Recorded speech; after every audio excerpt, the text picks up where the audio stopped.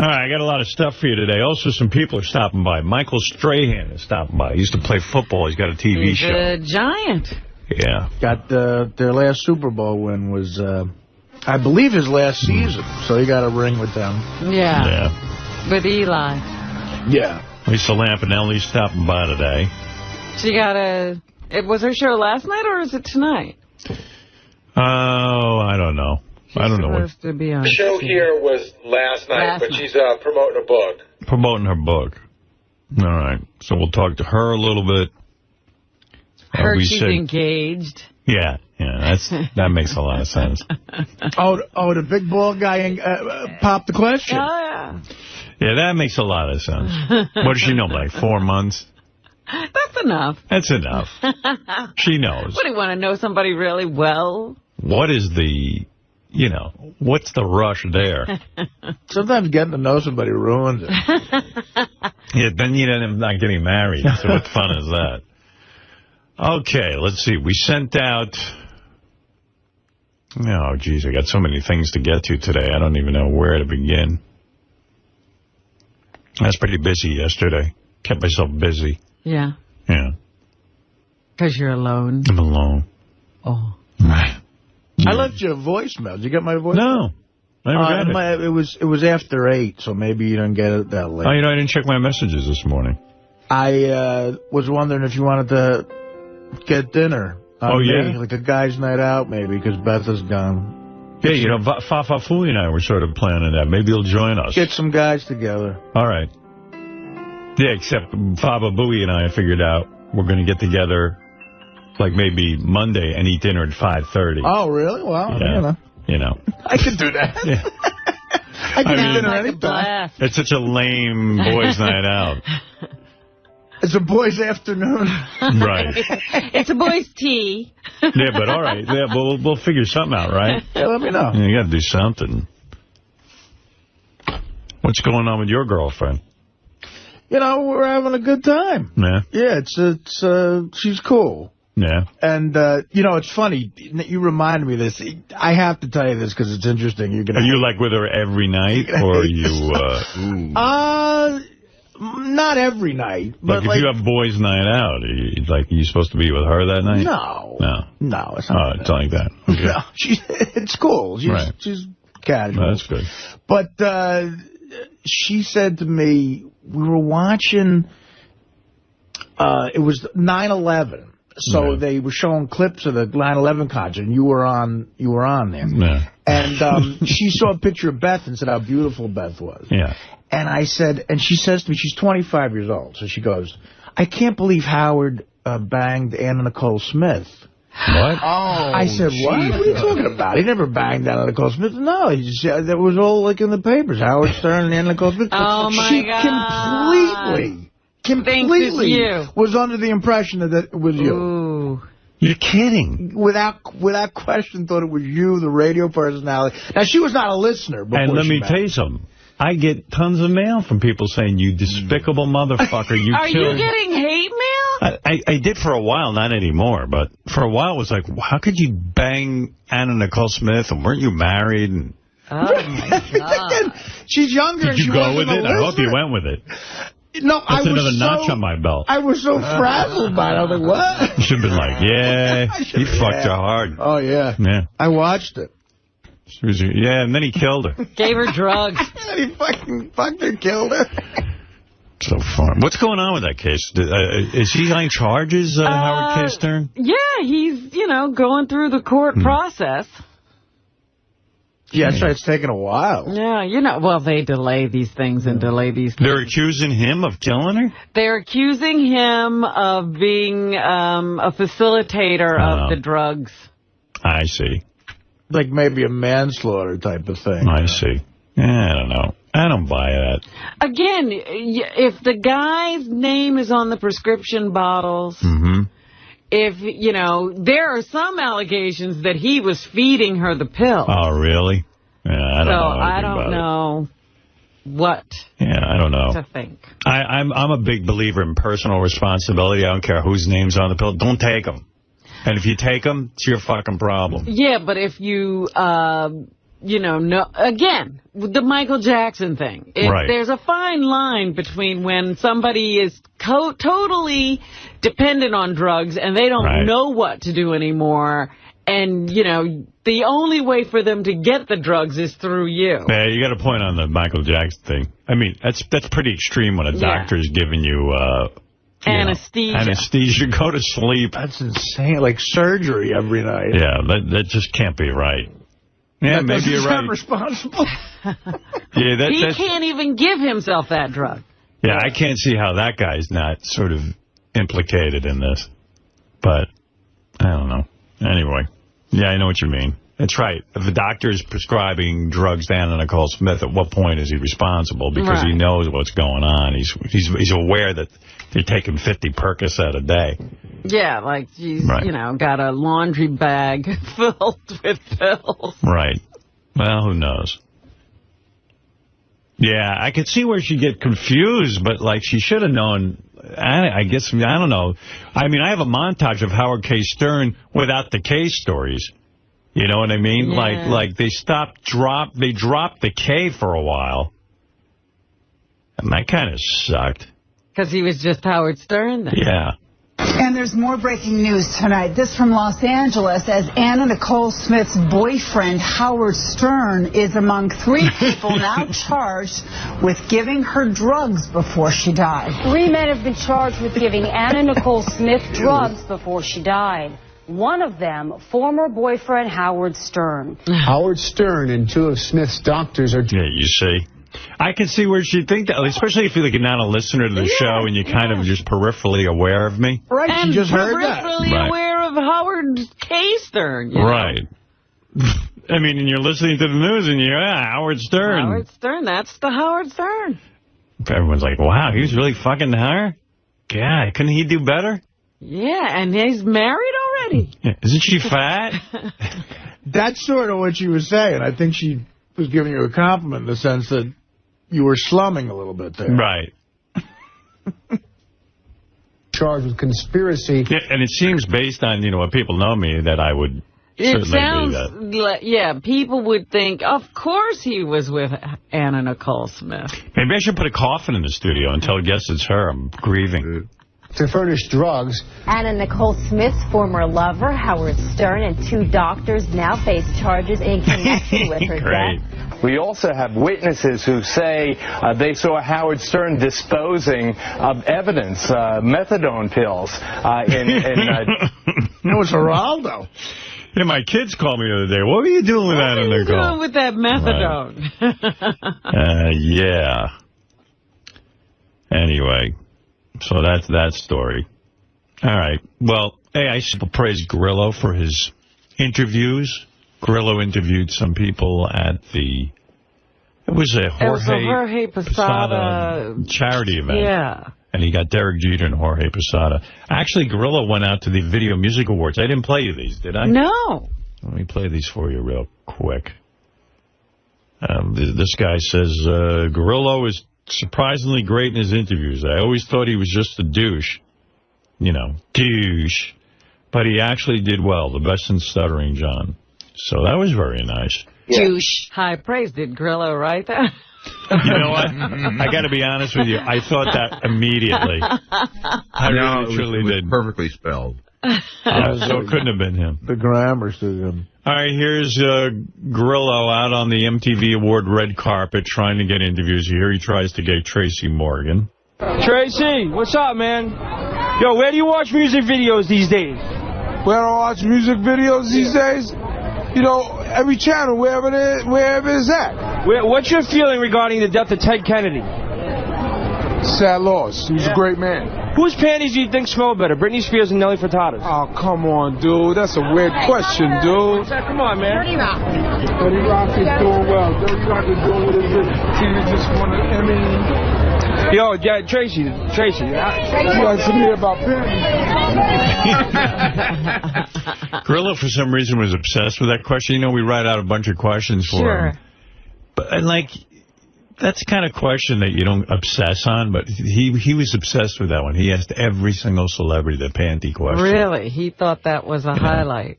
By the way, Nelly Furtado is so attractive. Did she win? No, she was a presenter. Poll? She was a presenter. No. I meant the Grillo poll. Whose panties smell? Oddly enough, not one person answered it. You'll see, he works that question in. You know, when you see a celebrity, you get like 3 seconds. But for some reason, he was just obsessed with that panty question. Here's Joe Perry with Grillo. The great Joe Perry, of course, of Aerosmith.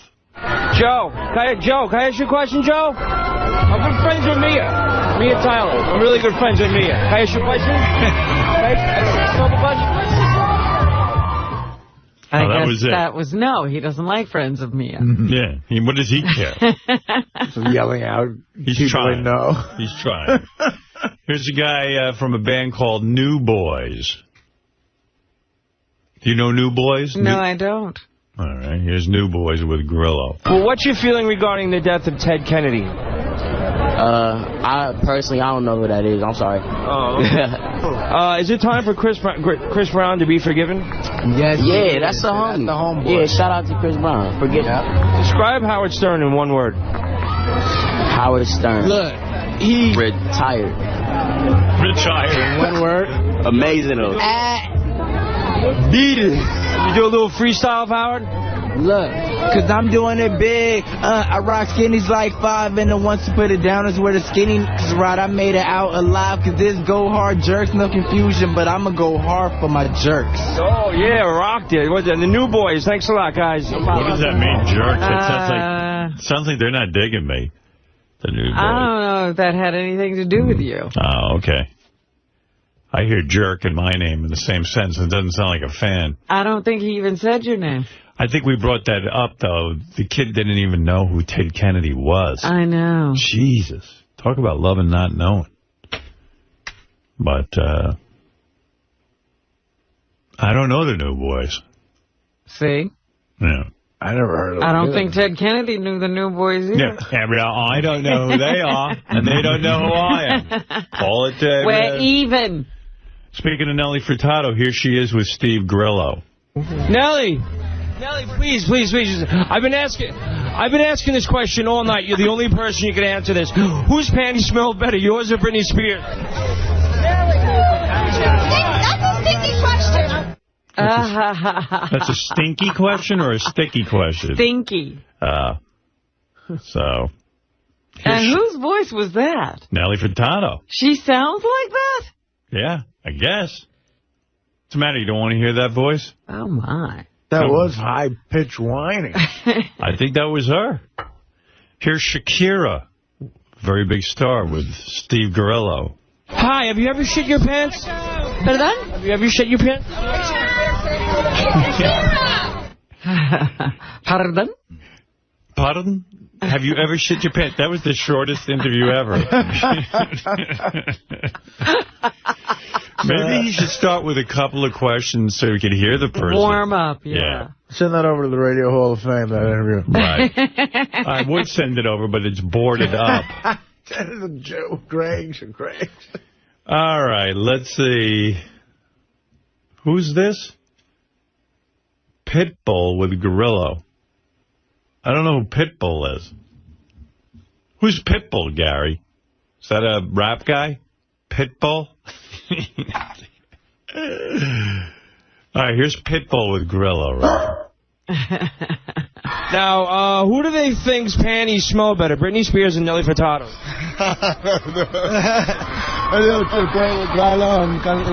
Panty, yo no sé cómo se dice, se huele más mejor de Britney Spears o Nelly Furtado. Thank you. Can somebody interpret for us now? Yeah, that was a guy who only speaks Spanish, and his interpreter had to ask him that stupid question.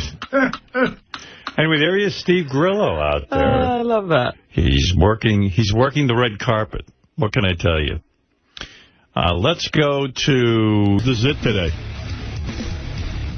A little smaller. They had a big picture of it on the website. Well, it looked like a bullet wound by that point. It didn't even look like it was What are you eating? Devil dog. Boy, you love those. I am. I'm addicted to them, but I go in streaks, so... You know what's funny? I was just in the vending machine room, and a guy was standing there looking at the vending machine before Artie came in, and he said, man, we're moving up in the world, devil dogs.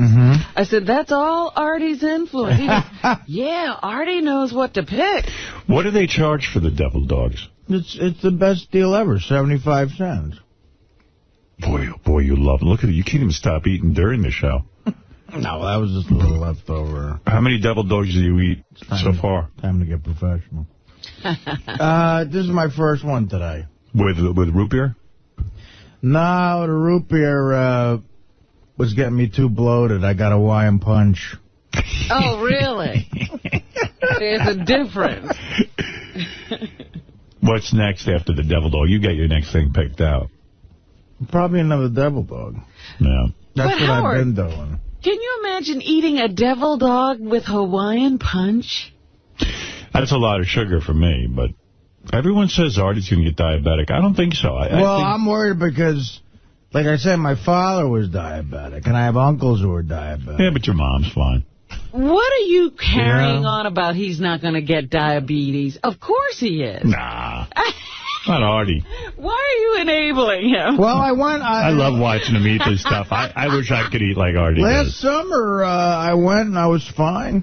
Everybody wrote me letters and said, you know, guys, give Artie a break. Artie's Artie. Artie wants to eat devil dogs. Don't bum him out. I mean, you know, they're right. They're absolutely 100% right. Leave the guy alone. It is a bit of a bummer. He's already got his George Flowers, so we should just let him go. Like, nothing more annoying than if you're a smoker and someone comes up, you know, you're going to die if you smoke. You know, thanks for the warning. You're kidding me. I hadn't read the research. Like, I didn't know. Yeah, I didn't know. It does seem, though, that smokers don't know. You have to tell them. Artie knows what he's doing. It's addiction. It is a form of addiction. I'm waiting for when Artie gets diabetes, and he'll have a severe case, and everything will be amputated, except there'll be a giant head on the show. The only thing you'll see is Artie's head. We're going to start calling him Matt. Yeah, and it's just going to be so fun. I hope they amputate my head first. You might as well start with that. Get rid of that. Artie, we have bad news. We have to amputate your head. Good. But the rest of you we can keep alive. What are you calling that bad news for? Your head is rotting, Artie. We must take it off. Get the saw. No. Usually we have to cut off a foot or a hand, but we're just going to have to cut off your entire head. But we can save that zit. I'm going to start a full regiment in May. Yeah, of you'll be what? fine. Of dancing and singing? iPod exercising. Yeah? Well, jogging. Yeah. With the iPod. Yeah, you were doing good with the running.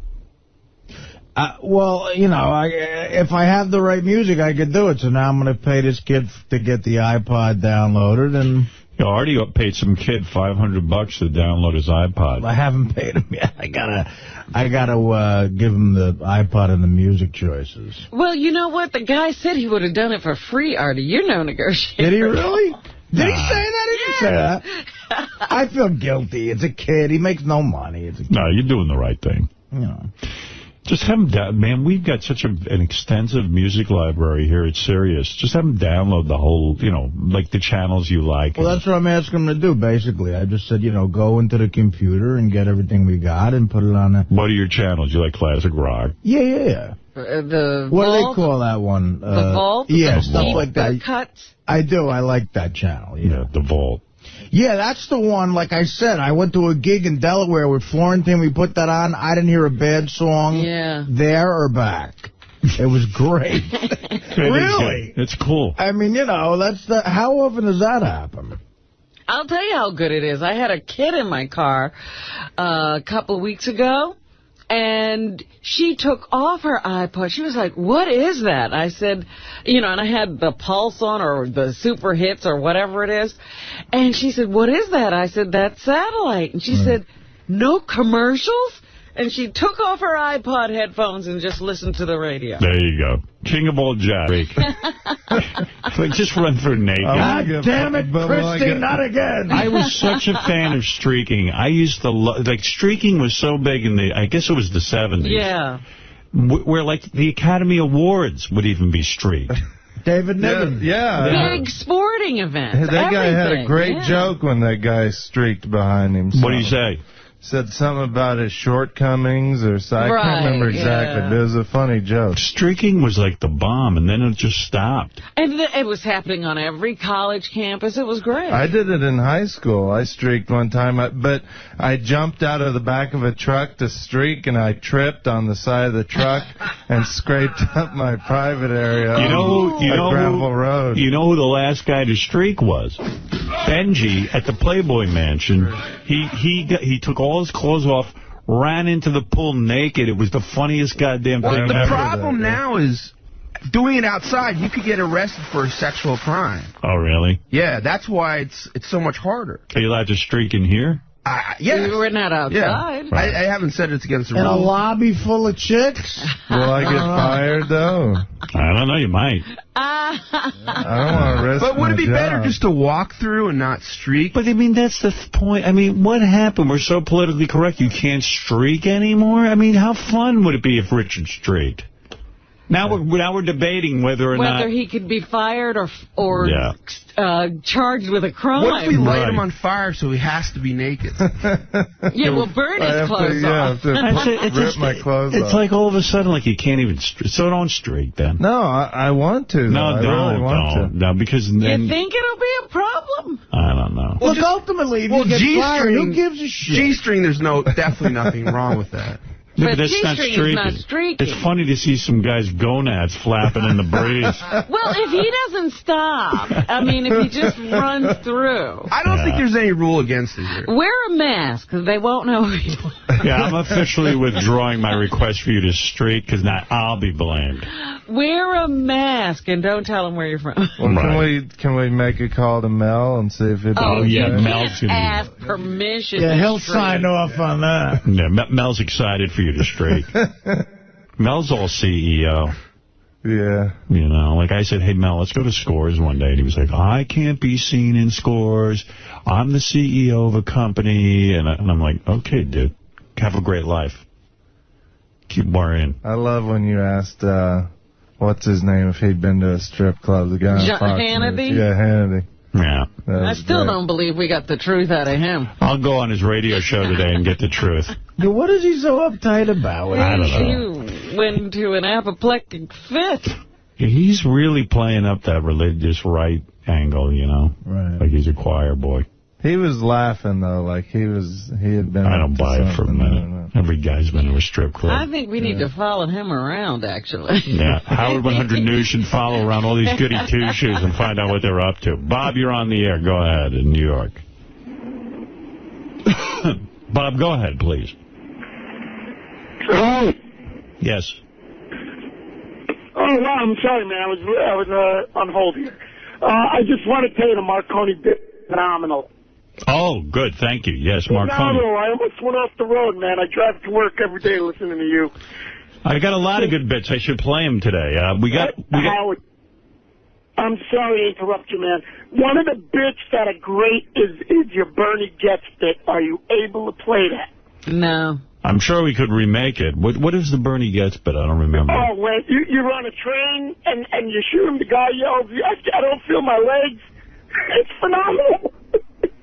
Right. Yeah, that was a good bit. I don't know if that, I don't know if that's worth re-recording because Bernie Getz is so, it's such an old story, but... I mean, I've been with you guys since NBC, man. Phenomenal. When you guys were down in 30 Rock and you had that helmet on with a megaphone, it was unbelievable. Yeah, those were the days. Yeah, it was great. Still fighting wars. All right, thanks, Bob. All right. Hey, Howard. Can I get in on that roast by any chance? Okay, hold on. Oh, thanks, man. We need a few people for the roast. Yeah. We need some big, strong guys to bust up the fights. We got Daniel Carver being roasted. That should be quite the scene. Yeah, he should be in a cage or Yeah. Hey, Howard. Yeah. You know what we can do?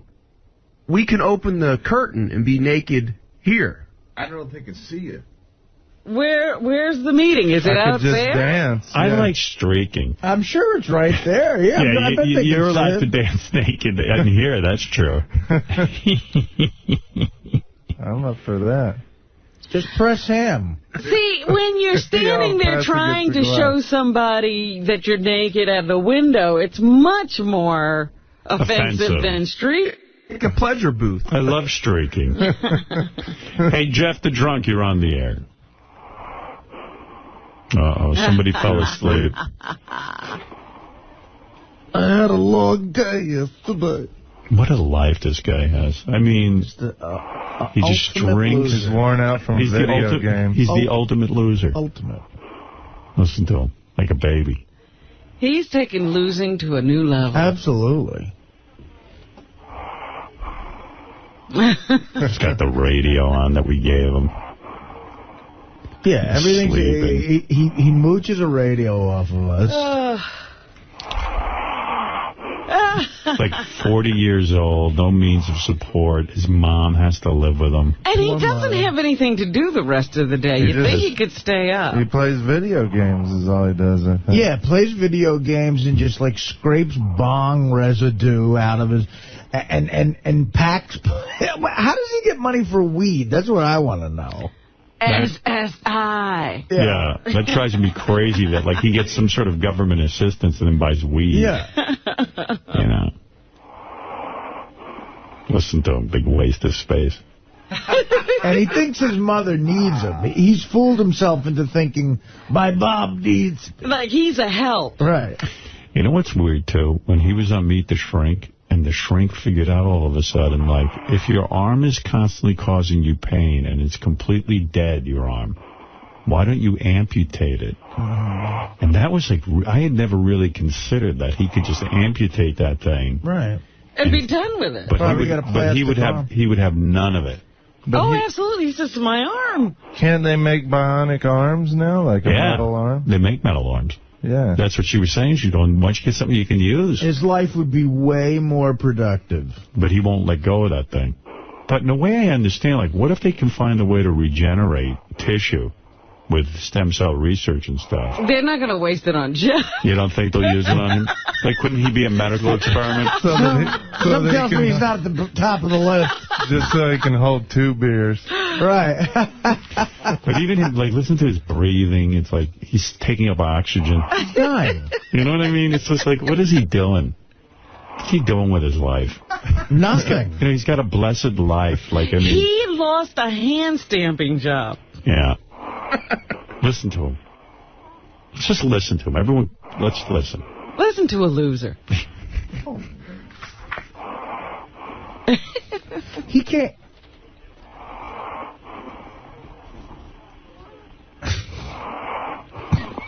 Sounds great.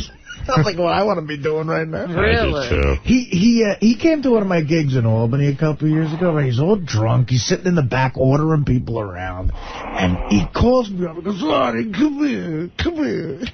I go, what? He goes, can I have $1,000?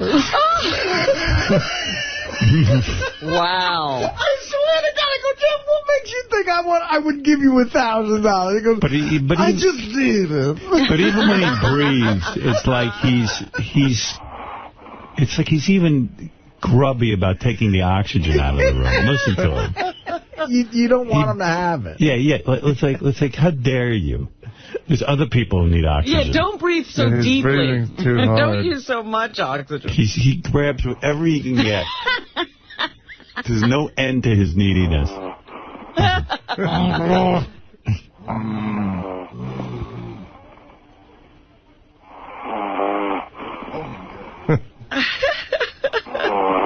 Oh, boy. Jesus Christ. His poor mother.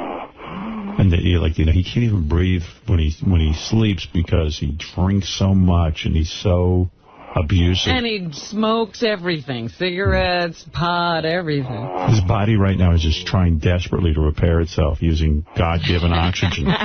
He's probably passed out. His mother wakes up and says, maybe today's the day I can fit my head in the blender.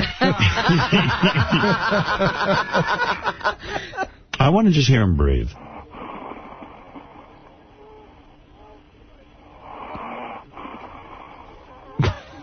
Listen to the after noise, too.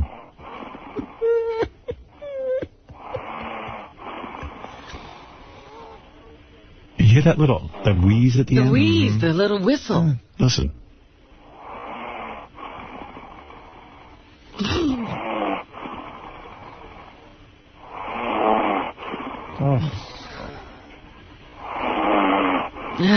Remember the time he told us he tried to get a job at Starbucks? Yeah, what happened? Hi, I'm Jeff. I'll be your barista.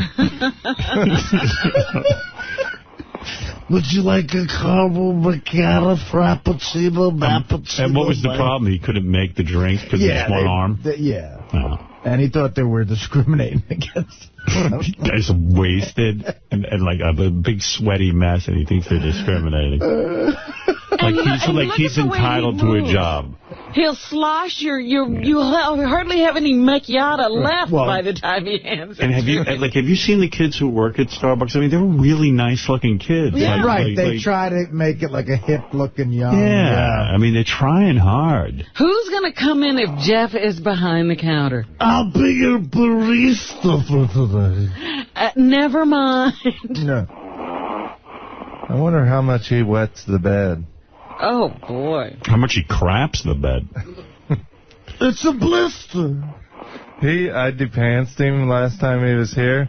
That blister on his ass is like 6 inches wide. Wow. I know. It's called a bed sore. Yeah. Here comes Gary with an update of something, of some kind, some bulletin. You just reminded me. Yeah. You know, one of our employees had an accident in the bed on Friday night with his girlfriend. He wet the bed, completely wet the bed. Who's that? This? Will. Will peed the bed? Yeah, he got drunk. He just moved in with a girl. Wait, I just heard Jeff. Wait, I think he's Hello? Hi, you're on the air. What's up? Hey, what's going on, Jeff? How you doing? All right, what can we do for you? That was a great show last night. Well, thank you. Did you stay up and watch it? I sure did. Yeah. What are you doing today? You busy today? What's that? I said, are you busy today? You probably got something to do. Not really. No, nothing, huh? We don't want to keep you on the phone. Yeah, I don't want to keep you, so... Hey, I got a question for Jeff. Do you get up, and open a paper and look through the want ads for a job? Oh, please. Gary, come on. Hey, Jeff, tell the story about when you tried to become a barista at Starbucks. I never tried that. Yes, you did. I thought you wanted to be a Starbucks worker. Artie says you did. You called us once and said you applied for a job. You guys made a story up like that. Bullshit. Bullshit. How could we make that up? God. What did he say, Artie? This was like a few years ago. We were at the old place. You called up and you said you tried to get a job. And so we were bugging you about jobs. And you said, I tried to get a job once at Starbucks. They wouldn't take me. He was probably lying. What was your day yesterday, Jeff? What did you do? I brought my mother to therapy. Do you ever think it would just be simpler if you left the house and then she wouldn't need to go to therapy? Yeah. How the fuck would she get there? She wouldn't need it. Is this the part where Jeff is convinced his mom needs him? Right. Yeah, oh, that's right. And he drives? Yeah. I would so not get in a car with him. Of course not. With the one arm. And do you have one of those special Jeff? Hello? Is he upset with us? He got pissed off at us. How many DUIs have you had? You crossed the line with him. They got a steering wheel. What line? Who would know? They got with the mother thing, he gets pissed. Yeah, he doesn't like his mom. They get the steering wheel with a knob on it so you can, roll it around with one arm. That's fun. I have one of those. Get him back on the phone. How dare he hang up on us? Yeah. He has some nerve. Will urinated in bed on Friday night with his girlfriend in the bed. What a... Well, you know what he was doing? He was celebrating. Real loaded. He was celebrating because Syracuse, who wasn't supposed to make the tournament, got to the Big East tournament. I was going to say, how nuts did you go? I was watching that game Saturday night when McNamara hit that 1-3 that put them ahead. I said, Will must be going out of his mind. Yeah, he's such a fan. Did you go to Syracuse College? Oh, you did? Yeah, no, why would I like him otherwise? I don't know. No, yeah. So, it wasn't good. See, Will's got a great conflict. Yeah. He's from Philly, which is all Villanova fans, but he went to Syracuse. So, you know, he's got to deal with all his buddies who are Villanova fans. Yeah. So what happens? You celebrate. How much did you drink? I don't know. I mean, I probably had, like, I didn't think it was that much. 8 beers, maybe, something like that. And then you laid down and you pee the bed? No, it was like in the middle of the night, and I had one of those dreams where you feel like you're peeing. Yeah. And I woke up and I like patted my pants, and I was like, oh my God, I really did. And then I looked down. You ever dumped in the bed? No, I've never done that. But there was a big puddle, and I had to wake up my girlfriend and say, we got to take the sheets off the bed. Oh God. Yeah, it didn't. Jeez, I can't even imagine. I mean, I've never done that before. I was scared. I was like, oh my God, I hope I don't have a problem or something. Yeah, this could start something big. Oh my goodness. It was just beer piss, so it didn't really smell or anything. So. Oh really? Oh, that's good. Yeah. Yeah. Do you have like one of those little, like on my bed they have this liner? Like I guess it's supposed to be in case you piss the bed. You have a liner on your bed? Yeah, there's like I don't know what you call it. It's the cover that you put on, that protective thing? Yeah. Oh, okay. Everybody does that. Yeah. She wasn't that angry, though, because we're moving in a month, so her bed's out anyway, so she didn't really care. We're chucking it anyway. You pissed right through the whole bed. Pissed right. There was adult piss. Yeah, one of those liners on it, like you said, and right through that. Mattress pad, yeah. Too bad you woke up. It would have been nice to just get a good night's sleep without having to get up and pee. I wasn't even going to get up and change it, but it was so wet that I couldn't sleep. And you would have laid there? I was trying to, but it was too much. Yeah, you know, when you're all dopey, you just try to... Exactly. Well, that was like that motel in the pig store where I shit the bed. It was that real cheap motel comforter, you know? Right. And I woke up, and it was like that horse scene in The Godfather. Like, Mark, you're on the air. Go ahead. In Harrisburg, Pennsylvania. Welcome to the show. Hey, Howard. It's Mark, an attorney from Harrisburg. How are you? Hey, Mark. Hey, I was wondering if you noticed during the CSI Miami, right before Letterman came on last night, they had a teaser for the show, and they didn't make one mention of the fact that you were going to be on. Like they said that Carrie Underwood was going to be on. And well, again, yeah, we've commented on that this morning. It is unbelievable. They did not promote the show. Obviously, the appearance was vetted by their lawyers, and they decided not to promote, which was a dumb move because when I'm on Letterman and the word gets out that I'm on, it usually leads to big ratings. And part of the problem is now that I'm on satellite, you know, it's a limited... You can't promote. I can't promote it. It's up to them. It shows you that my tactic of talking about this and constantly pointing out what a frivolous lawsuit this is and what Les Moonves is doing with the stockholders' money is effective. And their decisions are based more on emotion than good business sense. If they aren't afraid of what I'm saying on Letterman, why not promote it? Why be embarrassed?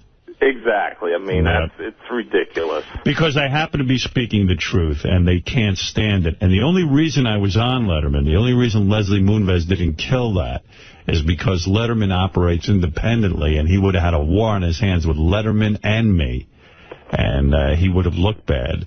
Leslie Moonves has already killed one newspaper story about me, a magazine actually, where they had some clout because of advertising that CBS does. And he is on a tear to keep me silenced, but it's not going to work. Tonight I'm going on Sean Hannity's show. Sean's on 500 radio stations across the country, and I will continue to spread the word of what Leslie Moonves is doing and what he's up to. Thank you. And by the way, this is by the way the first stage of my plan. There's 2 more stages. The third's the knockout punch. Get ready. Thank you. I'm not sitting still for this asshole. Let's take a break, and then we'll come back And we got a lot to get to. 𝗦𝗵cie𝘄𝗿𝗍 is going to do a stand-up act. Oh, boy. Joan Kelly's here. This girl is a professional submissive. She's even had her vagina sewn shut by a client. Is it still? No, I believe it's been reopened. But she's a crazy hardcore submissive, not like gets tied up and gets spanked a little. This is a woman who has had horrible things done to herself because she is a true female submissive, has even said she'll sit here on the couch while Richard Christie diddles her because he's so repulsive that she puts herself through all kinds of repulsive things. Oh, my goodness. So you will meet her in just a couple of minutes as well. Is this woman sane? Also coming up later, Artie will eat more devil dogs. I can almost assure you of that. Artie will be back at the vending machine. Artie will be at the vending machine. Coming up in the 8 o'clock hour. When you go to the vending machine, we should make a bit out of it. Like, we should travel there with you. And they've done that a couple times. No, I mean, like, live on the air. Oh, yeah, that's been the news department. We want to go with you. Right. And we might even get to our new bit where we check in and see what's going on with Fred. But first, this. You come in here today knowing you are going to have freedom from the shackles of traditional radio. Are there any freedoms that surprise you? What this represents is the potential to do anything we want. Anything we want. Anything we want. The Howard Stern Show.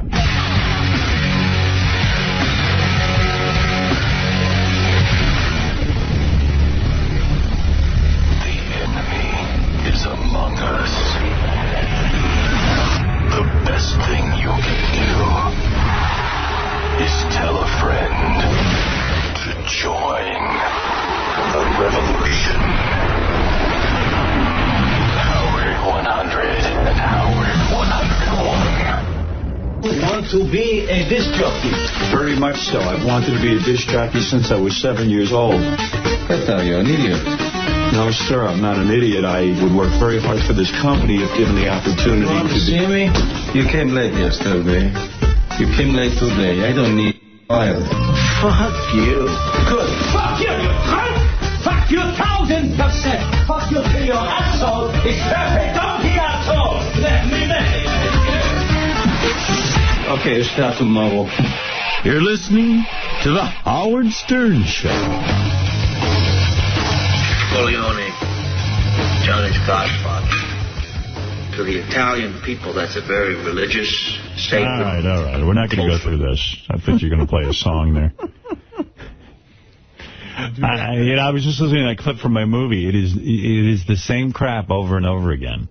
Just over and over and over again. That's unbelievable. Yeah, hey, Tom, what's happening, brother? Hey, how you doing? Is this Tom? No, this is Jerry. Okay, Jerry. My girl made 𝗦𝗵cie𝘄𝗿𝗍 cry at the last day on terrestrial. Hey, 𝗦𝗵cie𝘄𝗿𝗍 coming on next, by the way. Tom, you're on the air. Hey, Howard. I told 𝗦𝗵cie𝘄𝗿𝗍 he could do a stand-up back for us if he wanted to. Tom, go ahead. You're on in New Jersey. Hey, I wanted to let you know that I think Richard should streak the Cosmo show. Yeah, I would love to see it, but I think the fans would love it, and he should just do it just because it'll be great for the show. I try to listen to the Cosmo channel. I can't even find it. Let me see. Wait. Control-Alt-Delete. Then I got to do this password. And hit enter. And let me see if I can see Cosmo channel. Then I got to try and find... I don't know. This is going to be a whole booting up situation, I could say. Look, system error, Windows. You know what I mean? It's just, it's maddening. How do you get to it, Gary? Do you know? I don't. HS router control, is that it? Try that. I just wanted to simply go there. It could probably take forever. All right. It's not going to work. Make that bigger. It's the main menu. Make that bigger? Yeah. I can't. In the square. I can't make it bigger. Oh, there. Okay. Hey, is that it? Now, where's Cosmo? Hold on. I'm so computer bad. Like, it was obvious to Gary what I needed to do, and I know, you have trouble over there with scrolling and all kinds of things. I have all kinds of problems. The problem is they're in alphabetical order, except Cosmo isn't where it should be. It should be right after Coffee House or before Coffee House? What's that? Maybe I should like That's a channel, yeah. What is it? It's like a Meg Griffin channel where they have, like, funky, you know... It's sort of like that smooth rock, Sean Colvin, a lot of stuff. Point that out. Let me hear that. Coffee House. Yeah, I feel like I'm in a coffee house. Why should you be drinking coffee when you're listening to music? Because this music is asleep. Meg had a big concert here yesterday. Who was in it? I don't know. There were like 50 people outside in their seats, and I don't know what the woman's name was. They just kept telling me she's the Black Norah Jones from England. No. And she was singing. I don't know. Sorry, I missed it. Let's see. Where is... Everybody's the color of something. She's the Black Norah. It's not. A lot of people call me the White Al Roker. Will's the White Les Moonves. Let's see. Where's... It should be there, right? Yeah, forget it. Yeah. Ed, can I just say one more thing? Wait, what is this? I don't think your screen has been updated yet with the new channels. Okay. So we're gonna put it up on your board in a minute. It's not worth it. Nothing ever works. I just walked outside to use the bathroom. No, there's already a bevy of hot broads out there. Let's see. Open my curtain. Setting up. First time we've opened the curtain, ladies. Yeah. No, they want to see hot broads. Cosmo Channel's got to have hot chicks. I tried to steal a scone. Oh, they got food. So go get one. Why can't you have a scone? I don't know. They gave me a look. Oh, there they are. I don't see anything. It's a very small window. I'm shocked. They're waving. What? It's hey, come on over. Just no, right here. You don't have to. She's coming in. That's a dude. I told her to come to the window, and she's coming in. Oh. Here, come here, wave. Come say hello. Tell her the moon. Hey, look, you got to see. There's just like all classy looking chicks walking. It's a dude. No, just tell her to come over here. That's a nice looking blonde. Yeah. Guys. Oh my gosh! Even the caterer's hot. And there's a bunch of fruity looking guys walking. I see one hot chick. I just see fruity guys. No, they're all over here. You can't. Your angle is bad for the girls, I guess. Nice display of water, and there's some guy just get lost, dude. Like the chick's coming in. I told her to come to the window. Oh, there's a hot. Hey, come on over. Say hello. Come here. They're all hot. Come here. Just come here. There's right here. The bartender's hot. No, not you. You. It's very hard. Hey, how you doing, honey? Hey, how you doing? She's too old for me. Exactly. She's ancient. Yeah. She's too old for me. See, now we're getting a little attention. Yeah. Oh, my God. The girl that just came to the steps is beautiful. Let's see. Oh, she works here. Hey, come here. There's one. Oh, there's one. Hey, now. Who's that chick? Oh, we got the wireless out there. Hey, come here. Stand over here. This girl works here. She's cute. There you go. Hey, who are you? Hi. Here, talk to Howard. Let's see your ass. What are you doing here? Hello? What do you do here? Myself. What do you do here? Hello? You hear Howard? I can't hear him. Hey, what do you do here? Can't hear us. The headphones aren't working. Okay, no, I got it. What do you do here? Hi, Howard. Hi. I'm the new night show on Cosmo Radio. Yeah, you're pretty hot. What's that show called? It's called Go to Bed with Cosmo. Ah. You know what she did here last week? I'm Mark Kelman's assistant currently. She's the assistant to, like, the chief engineer. It's really weird how here it's satellite. They just give shows to anybody who works here. Right. Yeah. Well, you know who was up for the morning show? Who? Seriously, I don't think it happened. The receptionist. Yeah, Nicole. It's unbelievable. I thought I had heard she was trying out for a job. I've actually done stuff on the air. It's not a total crapshoot. Yeah, but bullshit. What have you done? I've been on Maxim, and I've been on Shade 45, and I've done news and all kinds of stuff. Have you ever been to commercial radio where you actually carried a show and got ratings? No. I'm not like you, Howard. No. It's okay. You got a killer body. Thanks. Yeah, what do you talk about on Cosmo? Sex? Sex and dating and relationships. What do you know about sex? I know a lot about sex. Why are you a sex expert? I'm not a sex expert. We have experts to come on and talk with us. And so have you ever been to an orgy? No. Have you ever double-teamed a guy? No. Will you be going out to try out these things? Possibly. Have you ever gotten on with a girl? Hey now. Yeah, we're kind of PG over in Cosmo Land. Oh, yeah? So, yeah. I think she used to model. She told me at the Christmas party she used to be a model. Yeah, I did. No, you didn't. You're not hot enough to model. I can tell. Where'd you model? Here in New York. No, you didn't. Okay. Who'd you model for? B1G. What's B1G? It's an agency. What campaign? What campaign were you in? I did Shiseido. What's Shiseido? It's a makeup line. I don't believe you. We'll bring in a magazine ad with you in it. Okay. You were really a model. I wouldn't make that up. Seriously, I was signed. I would not make that up. You want to come in here and get in a bathing suit?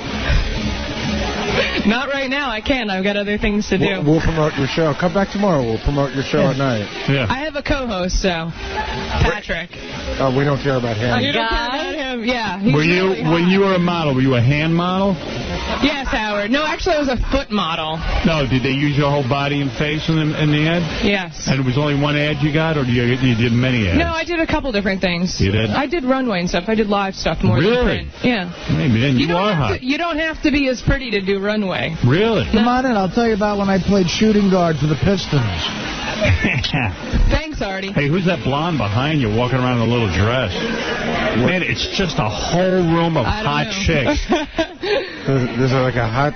Hey, who's that chick over there right to you? Serena? Yeah, bring Serena over. Serena's running the channel. She also works here. She's my boss. This is my Oh, PD. man. Hey, bring me a scone. Serena's cute. Howard wants to go work for the Cosmo channel. Hey, nice belly shirt. Cute. Hey, you're cute. Are you listening to the show? Yeah, we're listening to you. Thanks, Howard.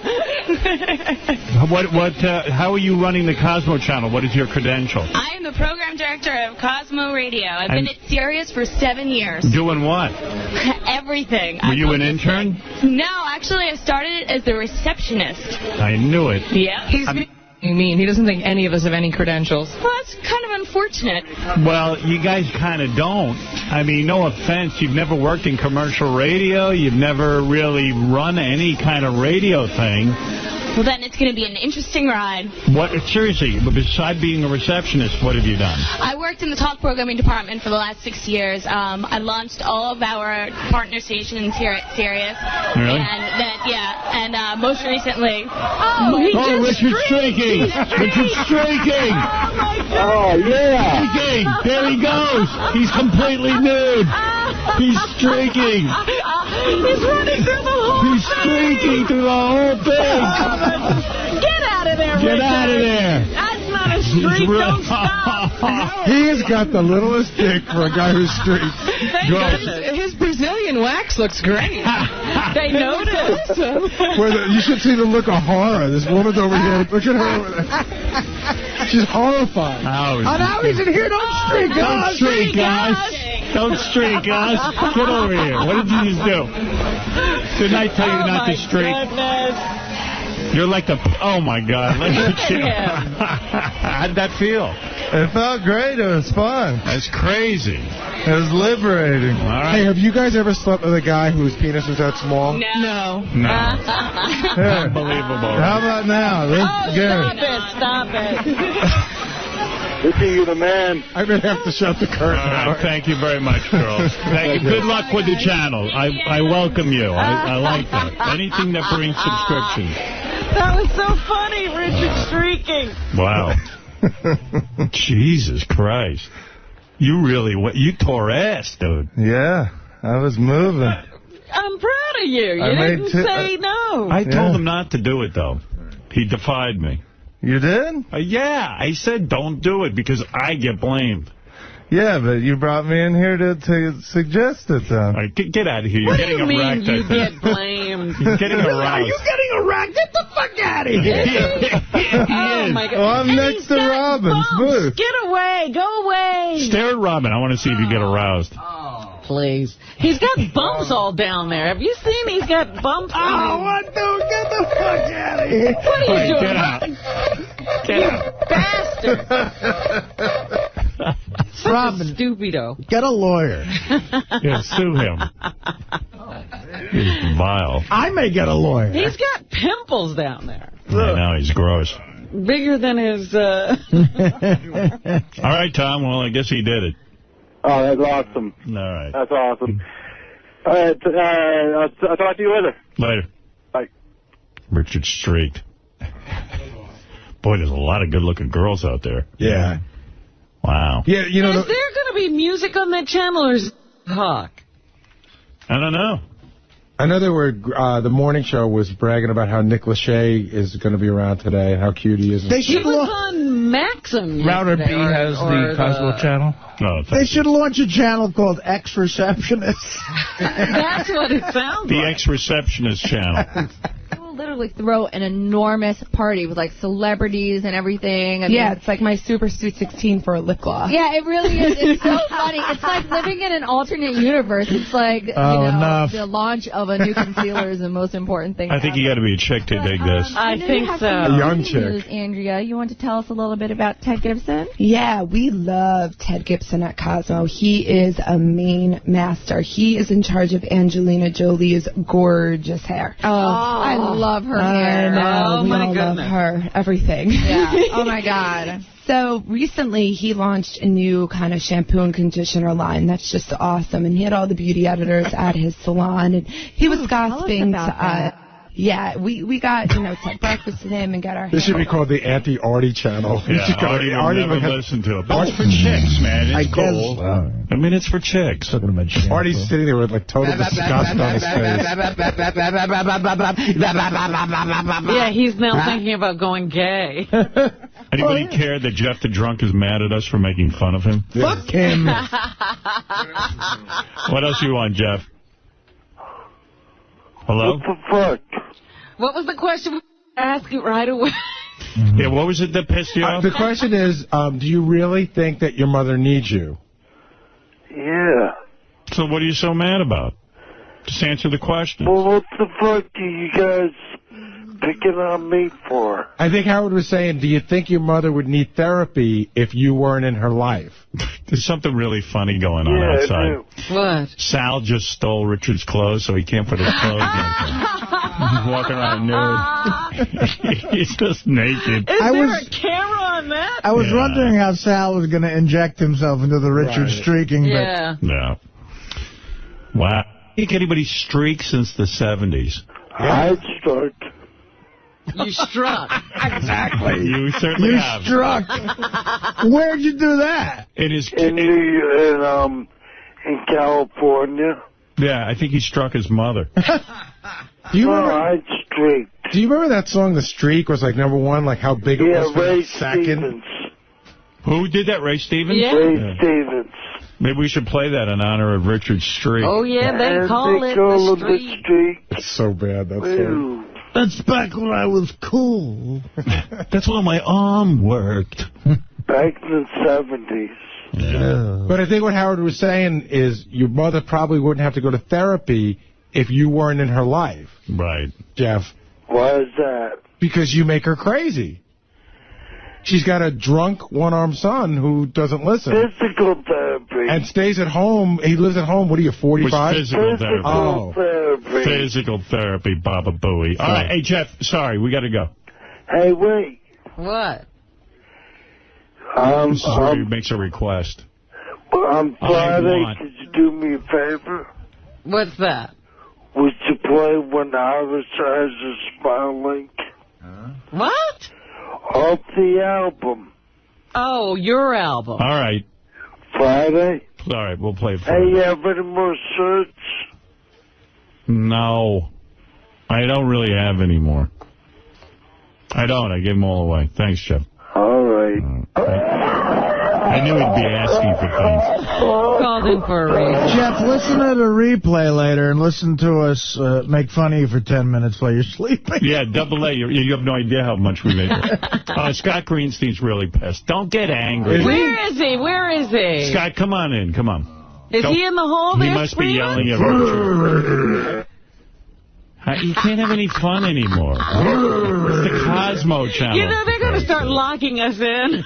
I know.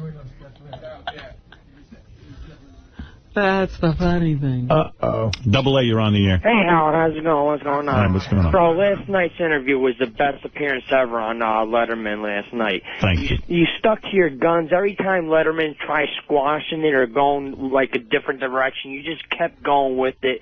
Like, it was awesome, man. I was, like, never more proud of you because you went there with a purpose and you served it and you said exactly what you said you were going to do during the day on your show, and you went over there and you fucking kicked ass last night. Thank you, brother. Awesome. Thank you. I appreciate the comments. Frank, go ahead. You're on the air in Massachusetts. Good morning, Howard. Good morning. I'd like to discuss the Letterman interview last night. Sure. Well, once again, you are correct, because in this week's issue of TV Guide, Vin Diesel was the main guest scheduled for last night.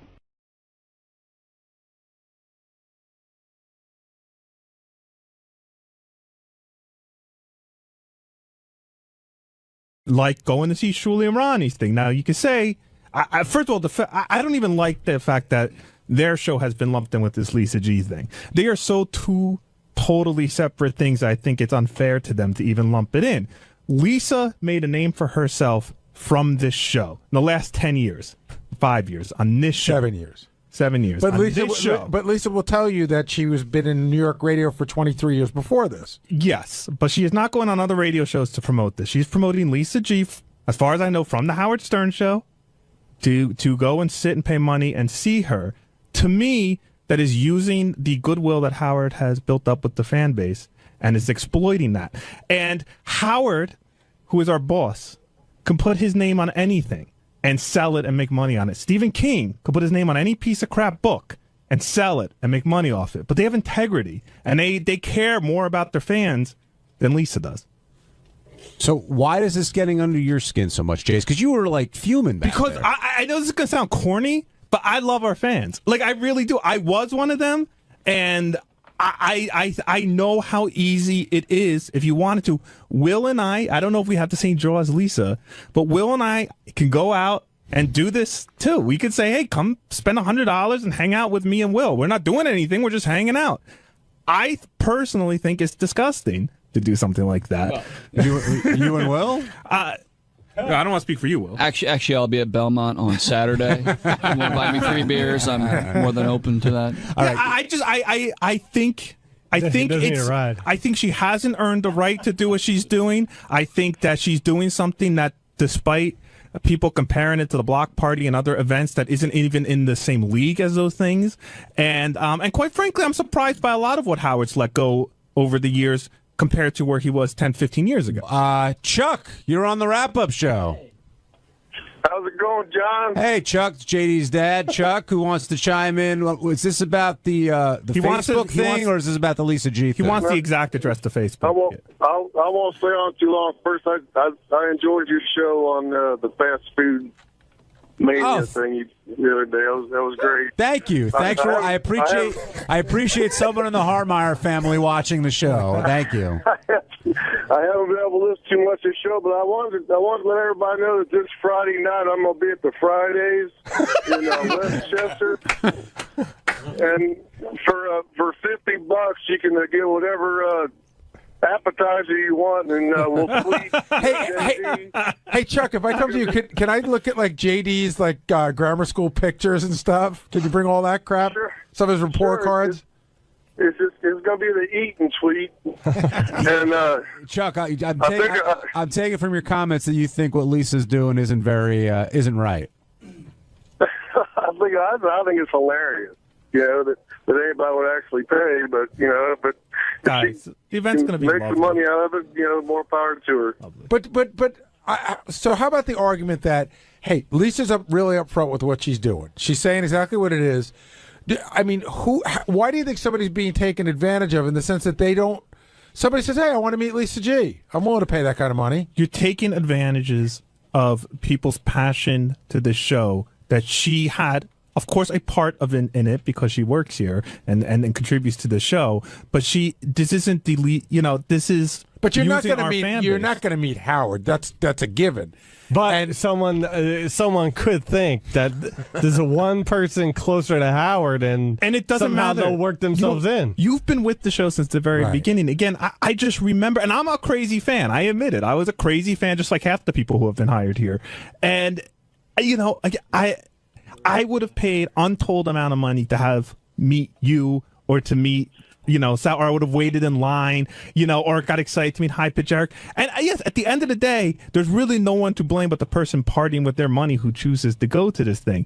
But she is putting the minimal amount of effort into it. Like even what you were describing, the Chuck stat, if he brought pictures of JD, that's already providing more content than Lisa G is providing. And the report card's an extra. Steve and I were joking the other day, Always. like, maybe we should sell tickets to us arguing about TV shows. We argue about TV shows all the time. Again, that's still providing more content than what Lisa G appears to be providing at this stupid thing where she is telling our fans, asking our fans to pay money to meet me. She's being very upfront. 10% of the net is going to charity, and that's very generous of her. But I just think it's exploitative. I think it's as exploitative as if Howard started putting out junk with his name on it. Chuck, I gotta let you go because a bunch of people on the horn. Anything else you want to say? Give me the horn. Give me the horn. I enjoy the show. Have a good day. Thanks, Chuck. Go check out the Pirates take on the Reds. Ralph Cirella, you're on the wrap-up show. Hey, now. Hi, Ralphie. This is all very muddy. I mean, if you're allowed for one, you have to allow for all. I mean, whether it's money for a cupcake or money to see a train wreck, it's what people want to pay. And I don't see why Lisa is being, who's Jason to decide what her appearing somewhere is worth to somebody? Well, Ralph, the reason why this whole thing started is because Howard says it bothers him and he doesn't know why. So you're pretty close to Howard. Why do you think it bothers him? Well, listen, I know what Jason's saying in the sense of like, hey, she's not doing much. She's just coming there and showing up. But you know what? That's what an evening with Bill Cosby. Bill Cosby just shows up. Maybe people want to go there for Lisa's personality. Maybe she's going to give recipes. I don't know what the fuck she's going to do there, but I don't know how that's any different than the block party. But you don't know how that's different than the block party. Hold on. No, I don't. We'll explain that in a second. But all that being said, Ralph, Gary's question is a good one. Like, why does this get under Howard's skin versus the block party, versus the TV shows, versus Benji's song, Bill versus Cosby, all the other stuff? Why do you think this is irking Howard? Because this isn't, but maybe because the block party is such a train wreck that it provides content on the show. Ronnie goes out there and acts like an idiot, and then you've got tape of it, and Howard TV is filming it, and it provides content for the Howard Stern show. But I think it just sends signals to you can't allow one and not allow the other. Like, who are you guys to sit there and decide? Like, okay, well, first of all, we don't. Howard does. Yeah, but Ralph, wouldn't you agree that? And I was going to get into this a little bit, but you brought it up. Wouldn't you say on this show there's different rules for different people?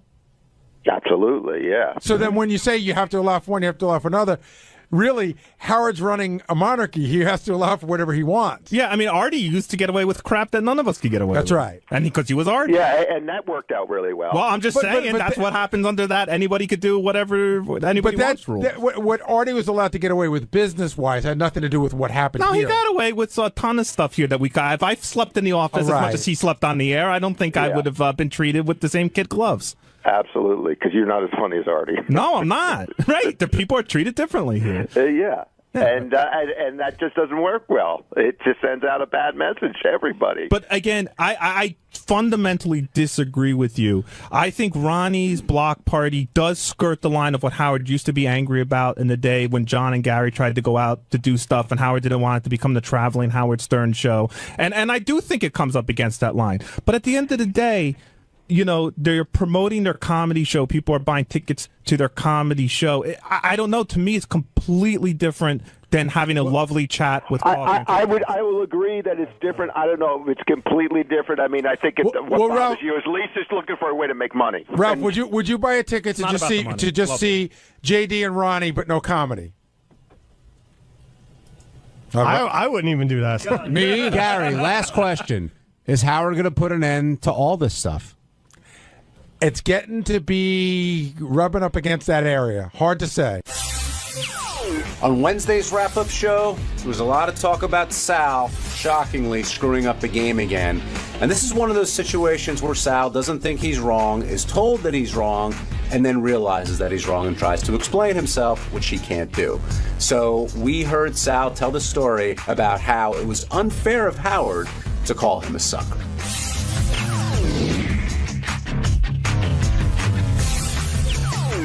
Now joining us on the wrap-up show, the great Sal Governale, who said, Howard, you're a sucker at least 20 times today. Actually, Sal, you refused to say it. That's right. Those were the drops being played, but... Why won't you repeat? Why wouldn't I say it? Yeah, repeat after Howard. Because I wouldn't. It wasn't true.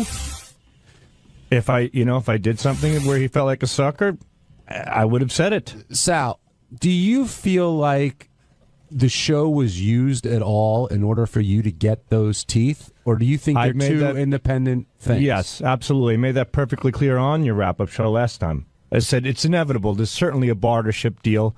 People are not stupid. The guy was a fan of the show. And I certainly got a break because he was a fan, which is understandable. But we discussed it wasn't a break. Right, then the break comes back and bites you on the ass. Nothing is ever really a break. There's a price to be paid, whether it's monetarily or getting the shit kicked out of you by Howard Stern. There's a price to pay, and I've learned it the hard way. Sal and I talked a little bit today. I was explaining that some of the money was for the actual physical things needed to do this, and the rest of the money was free. Yeah. So Sal didn't really get a break. He really got the dental work for free. Right. And I explained to him that, as Sal said, nobody gives something for free for nothing. They're always looking for something. Let me take a step back on this. Sal, do you feel you were unfairly blamed for the problems with the Bigfoot game? Because that's how this all started. At first, I thought I was. But listen, I'm the one who created the game. The glitch was there. Guilty as charged. But you said you double-checked it. What did you mean by that? I double-check all my work. In this particular case, and I don't know why. I don't know why I do these things, but I always give my... That seems to be the mantra this week. I heard Tim saying that earlier in the week. It's almost like, how people have a guardian angel? I have like a guardian bully. When I'm going... A black cloud? Yeah, when I'm going in the right direction, somebody's kicking me in the balls, just throwing my mind off a little bit, because I always give my CDs to Scott to double check. And like when Howard asked me, did Scott double check this one? I said no. And that's when it hit me. I'm like, he didn't double check this one. I did, but inevitably it was a screw up on my part. It's always better to give your stuff to Scott, because then when it screws up, you could blame Scott. Right. What happened was there was a glitch. You saw it. Then you went back and saw that there was a track there. But what we figured out is that Bigfoot's answer was so short, right? Mm-hmm. Like it didn't register as a track. It was a track, but it just goes from one track to the next so quickly, which Richard knew, and he said, Sal just sort of forgot you got to add a little time. And by the way, yes, to say something nice about Scott Salem, that's the kind of crap he really catches. Right. Like I gave him all the impression stuff, and he called me and he's like, wow, the levels on this are really off on one of them, and we listened to it, and I'm like, good call, and he fixed it, and that's... And that was my mistake. So I took back that game and double-checked that one, and I had Scott check it. As a matter of fact, I went to Gary today, and I said, Gary, give me all the games back. So I'm going through every single game right now as well. There was a great moment, though, where the game fucked up, so I just start yelling, Sal, to just see where he is. Sal was on his way in, but Howard did play the answer, but Sal didn't realize there was a fuck-up. So Sal starts yelling at me, you owe me a fucking apology, asshole. Fuck you. Wait, can I just say, because I have my headphones on, you guys went from 0 to 1,000 the second Howard said that this isn't working. There's a reason why. Before, you guys were yelling so loud at each other that you couldn't hear Howard screaming about who do I have to blame, and I didn't know what was you came out with like it was definitely like a sibling moment. What happened was I just yelled Sal as loud as I could to see where he was. I was coming around the bend. I was by the Howard TV room. I saw what happened. I'm like, whoa! Came around the bend, and Gary goes, Sal, where the fuck are you? What's going on? I go, Gary, and then I heard, as I was coming, I heard Howard fix it, and I heard the track come through. I'm like, all right, it was a Howard issue, with the CD player. I go, Howard just fixed it, Gary. How about an apology? So Gary looks at me and goes, fuck you. Yeah, that's what I started hearing everything. So then Gary sits in his office. I go, how about an apology for that? And Gary goes, go fix your teeth, asshole. I go fix your fucking teeth. And all of a sudden, wait a Sal, Howard wants you. It is fucked up. I'm like, oh, God, no. All I hear over my head.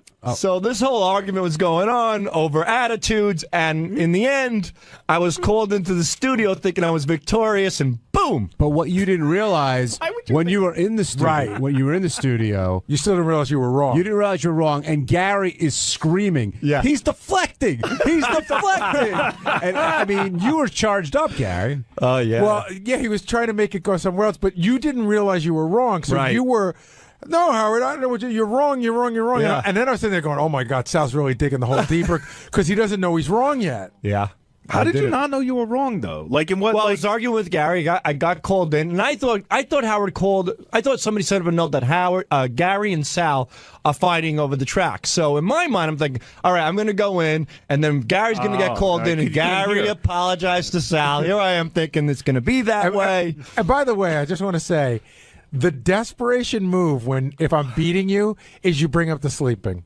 I know, dude. That was 4 years. I mean, how old is that? Hey, listen, where am I going to go? I get it. Yeah. I get it. You're drowning and you grab at anything. Anything. But what really, I think, really changed it was, one, I think Howard saw your point a little bit, and I think you were starting to cry. No, I wasn't. That's why I ran in. I got worked up, but I certainly wasn't starting to cry. I wasn't going to run in with the camera until I looked at the monitor and saw how worked up you were. And I'm like, I better get the fuck in What there. was bringing you to tears? The fact that Howard thought you were lying? Or were you emotional in any way? You were, Sal, you were over the top at a certain point. It was the whole sucker thing, and he said you outsmarted me. I would never.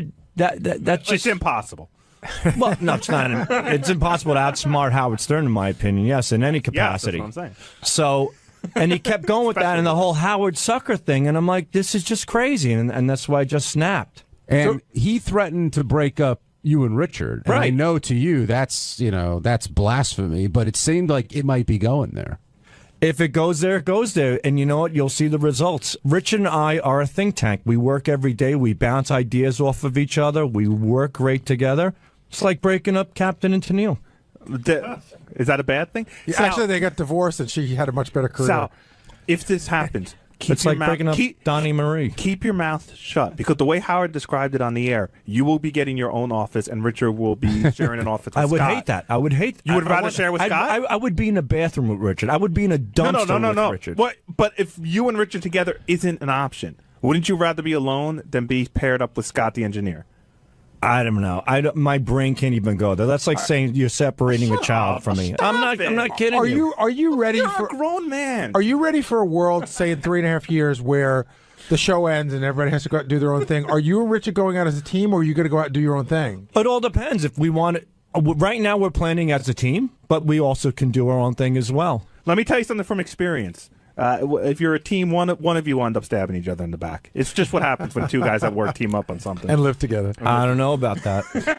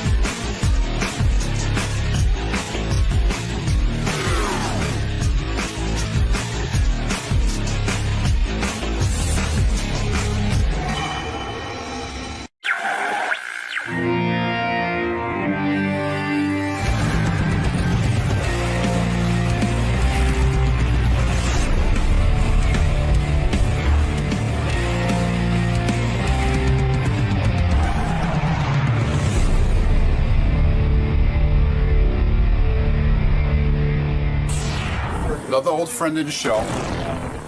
You gonna have a stupid comment about that? No, I have no stupid comment. All right, just asking. Only intelligent ones. Oh, okay. You have an intelligent comment about that? A rock and roll legend. Okay. And an old friend of the show. Okay. All right? And we're going to bring him in. Well, what's his name? Joe Walsh. You're rusty, man. You're old. I'm old.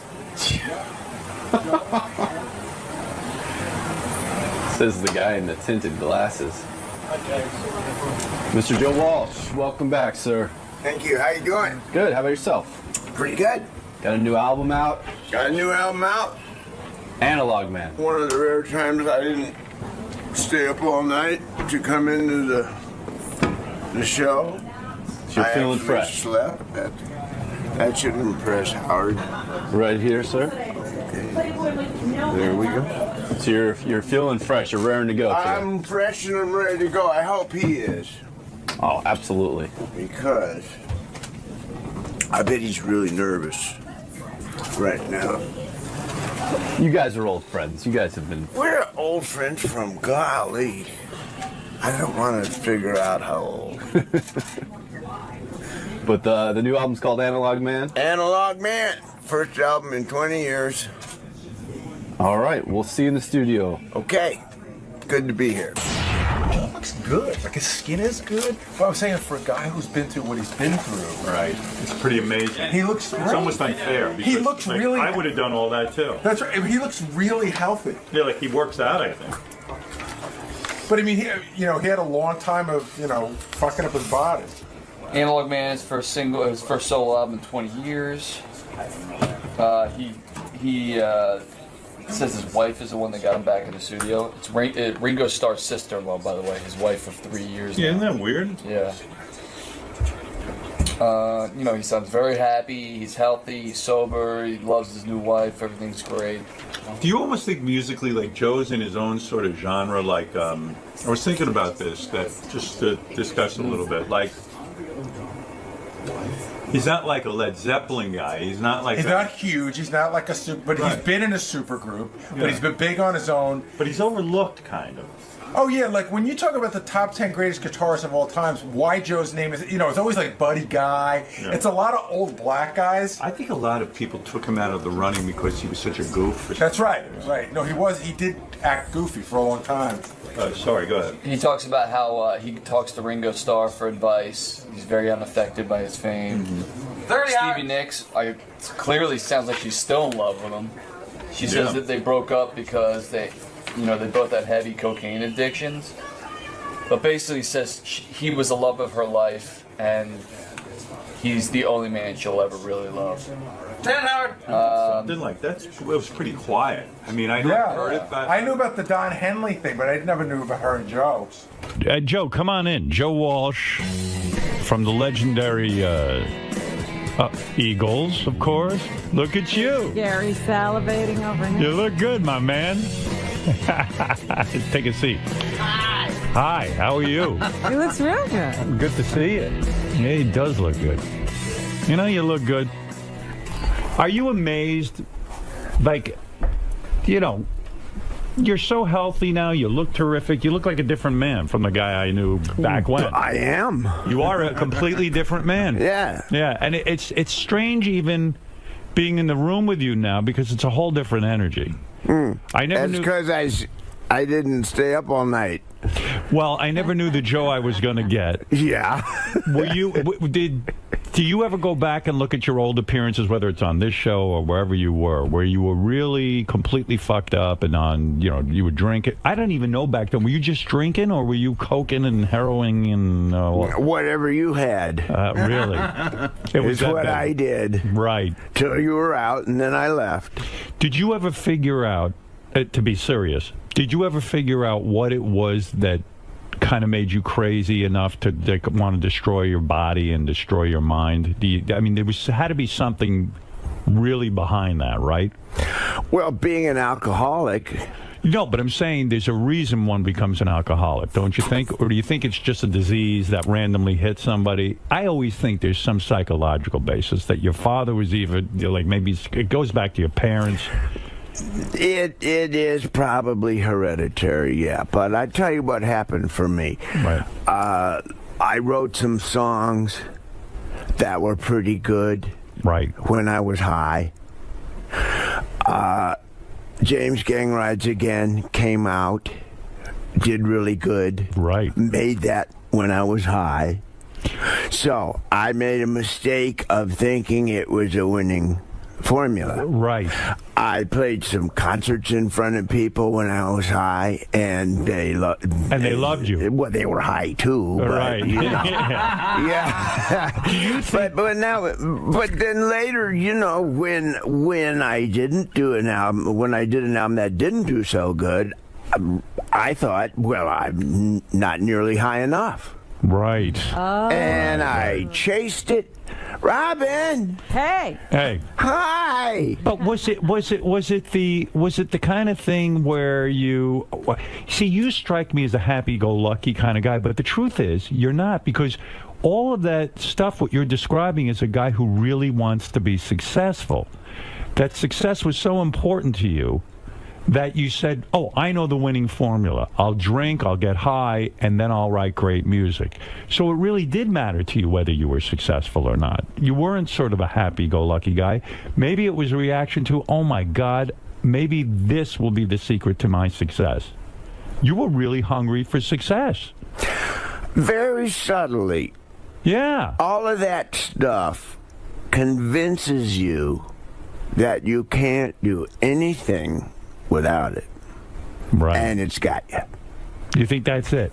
Yeah. It's that simple? Yeah. You don't think it was your relationship with your parents? I mean, I don't know what it was like for you living at home.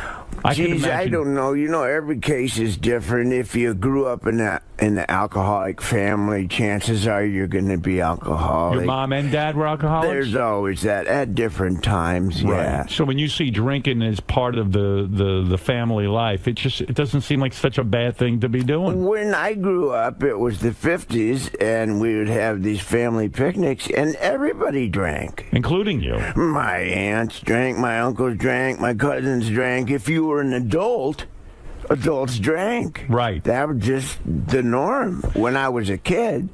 And it occurred to me that my whole family probably has been rip-roaring drunk for the last 500 years. Right. That was just the norm. How hard was it for you to get sober?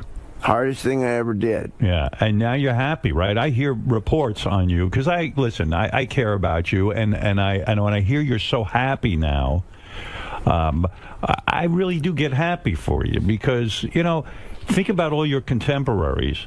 A lot of guys died who were even less fucked up than you. A lot of guys we know aren't around anymore. Yeah. Who you thinking about that didn't make it?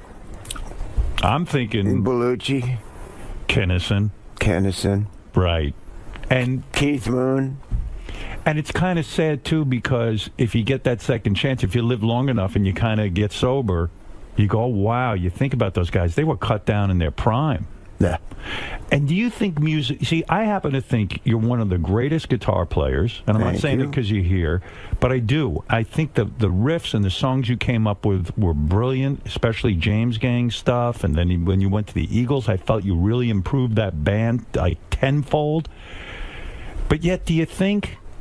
when it comes to, I don't know, the rock and roll intelligentsia, whoever they are, but do you think, well, critics, do you think, such a thing? Yeah, do you think you get criticized or you're not thought of right up there in the upper echelon because your past behavior, because you were so drunk and so outrageous? Do you think that your legend got kind of knocked down to a degree? Were you taken less seriously? I'm not really concerned with that. But you are. Because you're the guy who sat there and drank because you destroyed your own body because you thought that was the formula for success. So you do care about your place in history, right? Musically. Yeah, but I'm not done yet. No, I know you're not. But I'm saying, I don't, when I see the list in Rolling Stone of the top 10 guitars in the world. Joe's not on it? Yeah, and I don't quite know why. You really are. Do you still practice your guitar every day? Yeah. It's that important to you? I try and play every day, yeah. Is it true you take guitar lessons to this day? That you still take guitar lessons? I'll sit down with somebody, yeah. I'll sit down with somebody and ask them, how in the world do you play that? Like Brad Paisley. Right. I'll sit down with him and say, hey, man, Why is that? Because you can't figure out how he did that? Well, probably, but it saved me 5 or 6 hours if I just ask him. But does anyone ever come to you and say, "Hey, Joe, teach me how to play. Teach me how to do that"? Not really, but does that bother you? Bothers me. You're the guy who should be giving guitar lessons, not getting guitar lessons. Well, you know what I'm saying? Who does he think is the greatest? Who are your heroes musically? I've never asked you that. You were always too drunk. Couldn't get a straight answer out of you. Do you have musical heroes? No, I had heroes then. They were just different ones. Jim Beam. Yeah. Seriously, who are your heroes? Well, the guy that's the grandfather of us all is Les Paul. Right. Yeah. The guy who really invented the guitar, the electric guitar, right? The pickup and echo and multi-track recording. Did you get to know him? I knew Les, yeah. Yeah. Were you happy with the inventions and what he did to the guitar? Because you're a guy who in your new album you talk about analog man. You can't stand all the new technology. It's kind of like I'm just a regular guy. I don't know from all this technology. Well, I'm not against it. I'm not an old analog fart who came out of the woods. Right. I don't think analog's better. It's just, you got to admit. But you're upset with technology. You don't like now in the Eagles that your fellow Eagle members sit in a studio and they use all these Pro Tools and everything else. It actually slows down the music-making process. It changes it. It makes it more complicated. Easier. Here's two things it does, okay? Okay. One is you can fix anything. Which is bad. Bad, I think. Temptation to fix everything. You lose the soul of the music, don't you? If we'd had Pro Tools when we were doing Hotel California, we'd still be working on Hotel California. Because what you're saying is Hotel California has imperfections, so to speak. And those imperfections are kind of the cool things about the it. charm. Human. And so when you get in the studio now with the Eagles, they sit and go, wait a second, that note's just a little bit out of tune or it's a little bit off. Let's fix it. We've always been like that to some degree. Right. But the great temptation with Pro Tools is to go ahead and fix everything when you don't need to. Do you have enough of a voice in that band? I know you've got to sort of watch your P's and Q's with some of the band members, but do you have enough of a voice in that band to say, guys, stop. We're in a studio. What made us great, why Hotel California works, is because there are mistakes on it. It's not a perfect piece of music. Nothing is. Well, but it's real. I wouldn't single out the Eagles. You say they all do it. Everybody does it. But you are in the Eagles. It's a hazard of Pro Tools. It's a hazard of digital technology. There's one other thing I want to say. Yeah. The temptation with digital technology is to start with a drum machine. Right. That's virtual. Yes. And put that down. And then build up the track with virtual instruments, which are all in the computer, and build up the thing like a kit. And it never sounds quite as good. No. In the old days, you got some guys in a room, you mic'd them, and you pushed record, and you got the performance. Right, and isn't there something that comes out of that performance when a guy's sitting there, a drummer live, and all of a sudden he goes, wait a second, I have an idea. What if I hit it this way? Or you go, wait, I got a better riff. Or that's the magic of being in a studio with a bunch of guys. That's rock and roll from 1954 to 1962. But when you recorded the last Eagles album, and by the way, the album did well. I mean, there was an experiment, too. You sold it through Walmart, and it sold really, really well. And this is a tough day and age to sell music. Yeah.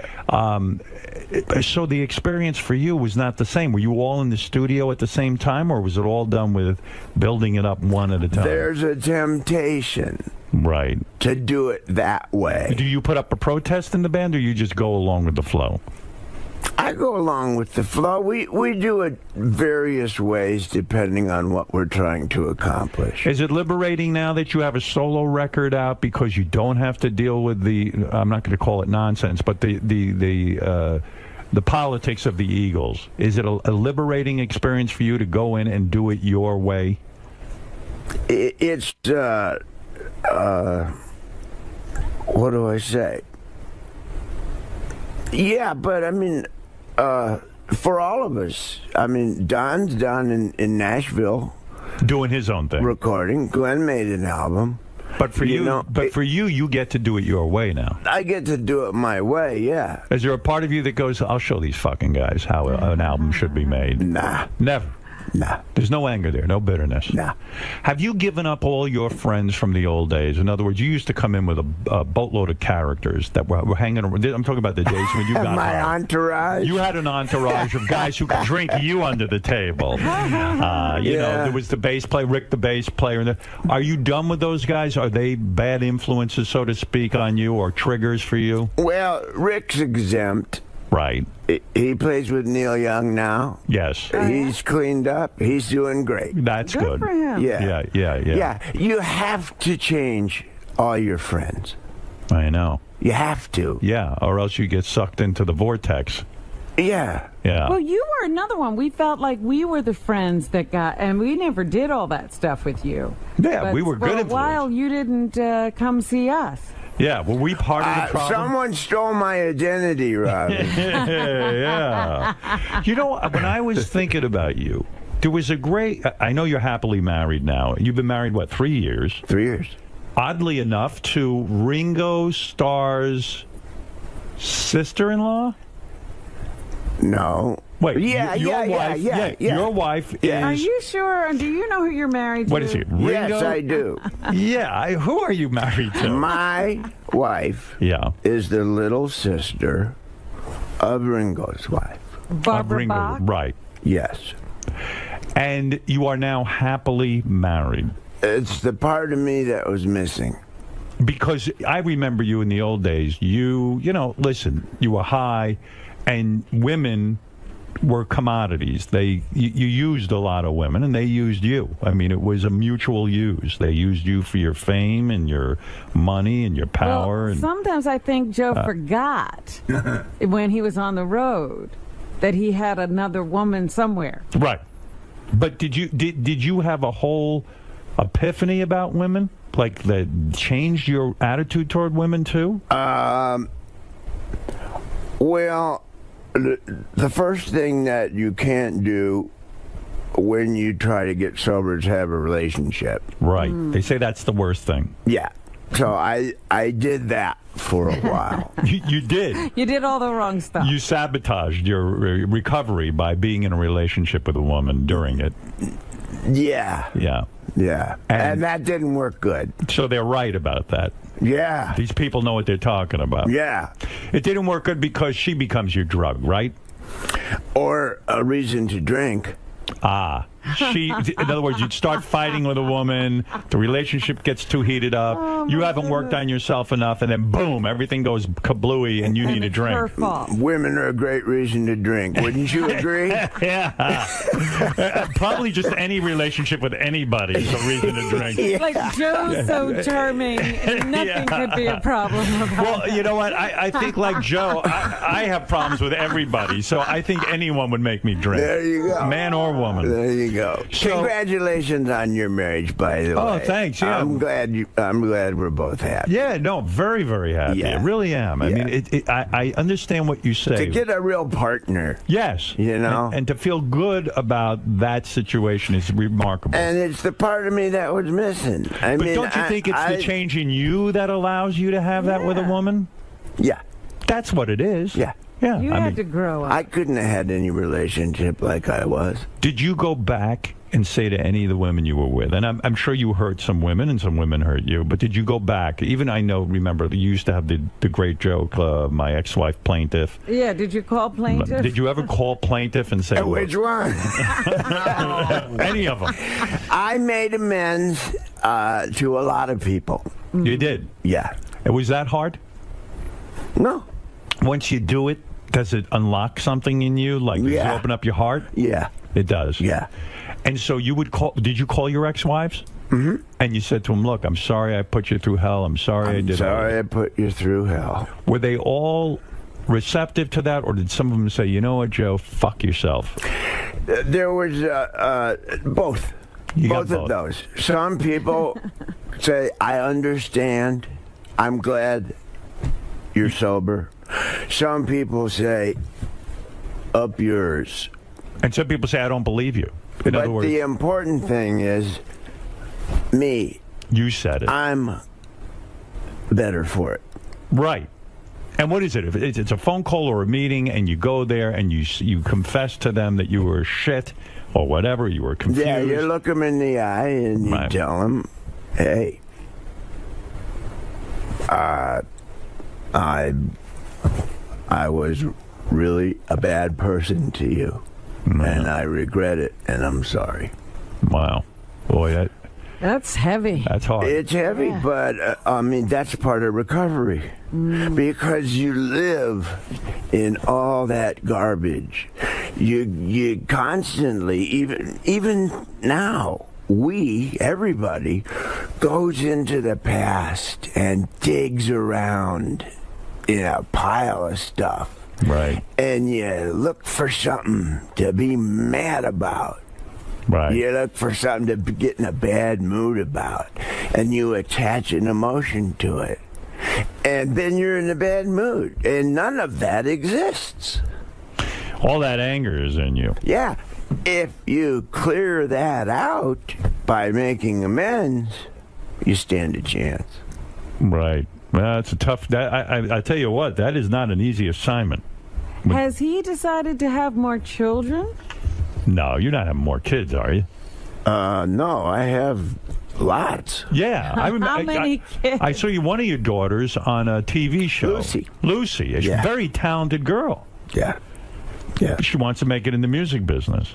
She's also acting. She's pretty serious about acting. Good-looking girl, too. Yeah, she's nice. Yeah.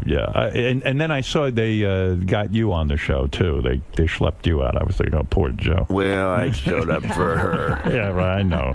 I knew you didn't want to be there, man. I was just watching it, and I go, oh, my God. Me and Dee Snider. Yeah, you guys are all on there. We showed up for our kids. But I know what that show was. Yeah. I enjoyed the show. Yeah. But it was the kids of rock stars who show up, and they had a competition. Yeah. So, but you see these competition shows. That's not the way to really make it. I'm a judge on one of these shows. I know you. How's that going? I love it. But I tell everyone. In fact, I don't know. You are. Well, you don't want to know something? In Vegas, I tell these guys, I don't know if they're going to show it. They don't show everything I say.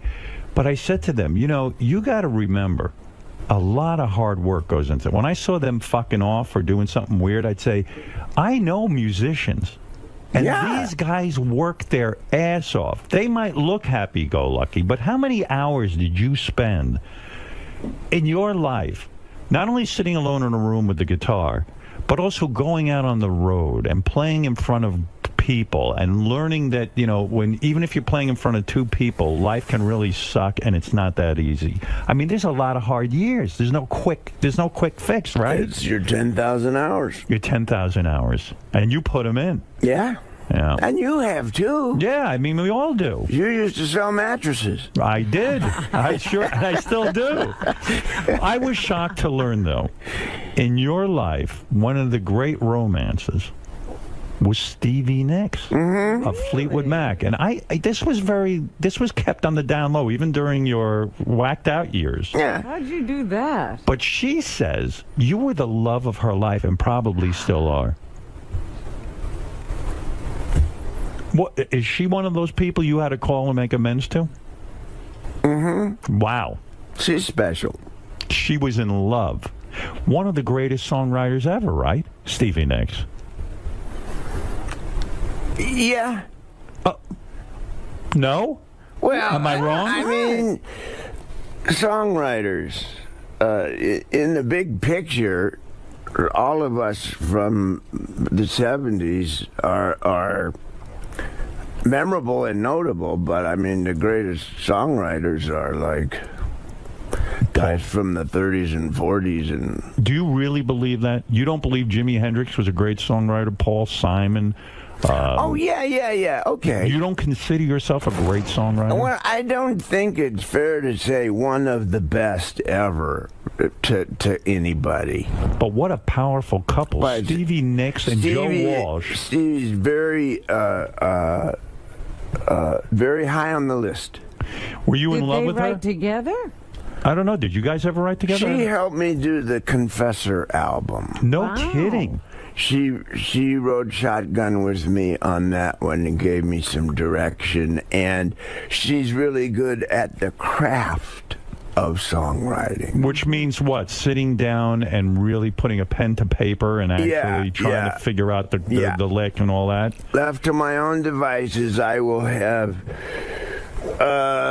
85 pieces of paper with a couple words on each. Right. And people like her and my wife Marjorie now help me get 85 words on one piece of paper. How do they help you do that? I mean, you're a songwriter. It's a creative process for you. How do they focus you to take all those 85 slips of paper and combine them into a song? Well, my wife is a closer. That's what she does. When I say it's the part of me that was missing, I got a little attention deficit. Right. But in the 50s, that wasn't diagnosed. You were just difficult. Right. But I got it. Yeah. You know, I see that in one of my sons. I learned about it, and I had it screaming in the 50s. It's one of those things that affects you where you can't keep your mind on one thing. You can't complete tasks. I have a great idea, fantastic idea, and I get it started. And wait a minute, I have another idea.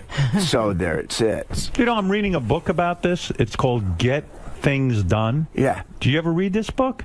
No. I've just started reading it. I just learned about it. Yeah, so I have great ideas lying all over the place. And what do you do? Do you speak into a little tape recorder? And how does the songwriting process go for Joe Walsh personally?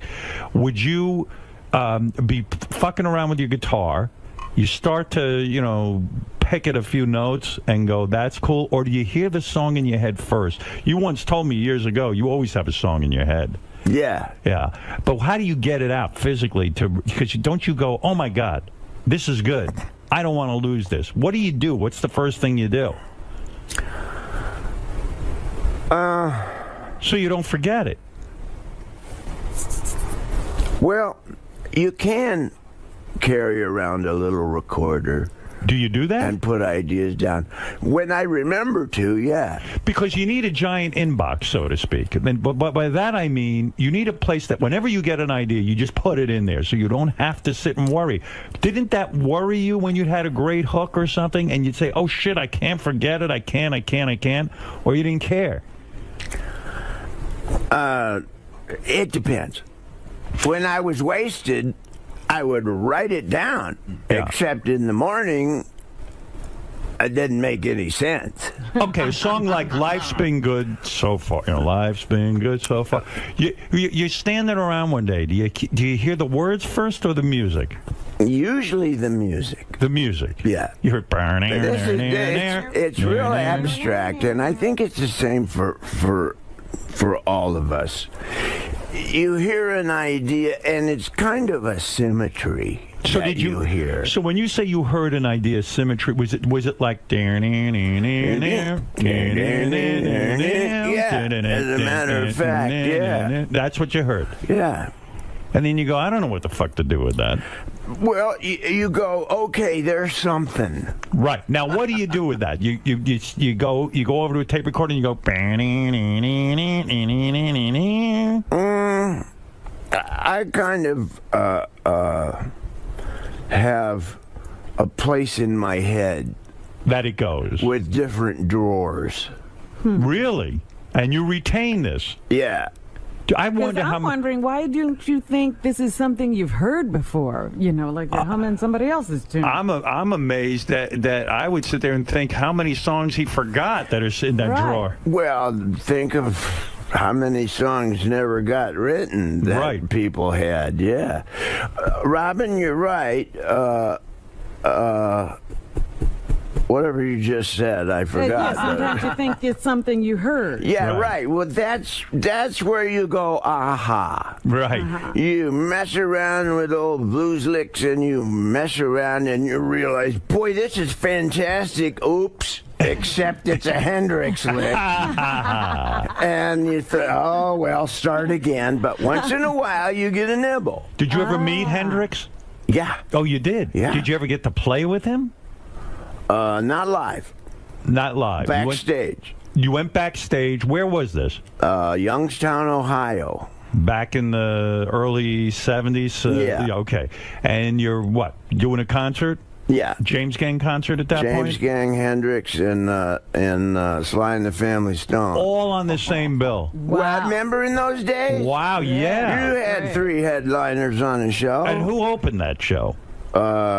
We did. The James Gang. Yeah. Unbelievable. What a show. Yeah. And then Sly and the Family Stone, and then I guess Hendrix. Well, Sly never came out of his dressing room. Yeah, right. But there's another guy. I mean, he's a difficult guy, right? He's had his problems. Yeah. And I don't think he ever came out of them like you Still did. going through it, yeah. I don't think he made it. No. Do you ever see him around? No. No. He's like a recluse. There's been Sly sightings, but... Right. Yeah. Yeah, I saw him on some award show or something. Yeah, but a few months ago, we were reading that he was in a trailer parked outside somebody's house. Right. Yeah. Yeah. Thank God you didn't go that route. Yeah. Well, yeah. Yeah. And does that give you the shakes at night sometimes? You go, shit, I could have really, really fucked up. Oh, yeah. Yeah. I am so grateful to be alive and sober. So Hendrix is backstage. And what happened? He's backstage. We're in a like dressing room, which is like where a hockey team changes or something. You know, not glamorous. That, so yeah, right. and he's there, and I finish, and we finish, and we're in the same dressing room. So he's sitting playing his guitar, and I come in with mine. Right. And you have a jam session, so to speak. A little bit, yeah. I showed him my guitar, and he showed me his. Do you get intimidated by a guy like that? Nah, he was a wonderful guy. Of course, I'm intimidated. By his talent, I mean. By him. He had an aura. I mean, he had feathers on. I mean, it was terrifying. Well, you know, you talk about that. I read that Clapton and a bunch of other guys at the time who were considered top guitarists all went to see Jimi Hendrix when he first came on the scene. They went to a club and they all looked at each other and they went, shit, we don't even really play the guitar. What the hell are we doing? What are we doing? That was the famous story. Generally thought by the community, yeah. What the hell are we doing? Did you feel that way? Yeah. You did when you played with him. When you played with him, did he say, oh, wow, Joe, maybe we should get together in a studio and do something together, or never got that far? No, never got that far, but he showed me his guitar, and I paid attention to how the heavy strings, light strings. Right. How high are the strings? What's the action? Because he was a tough one, you know, because he was left-handed. Right. So everything was backwards. That's why he sounded like that.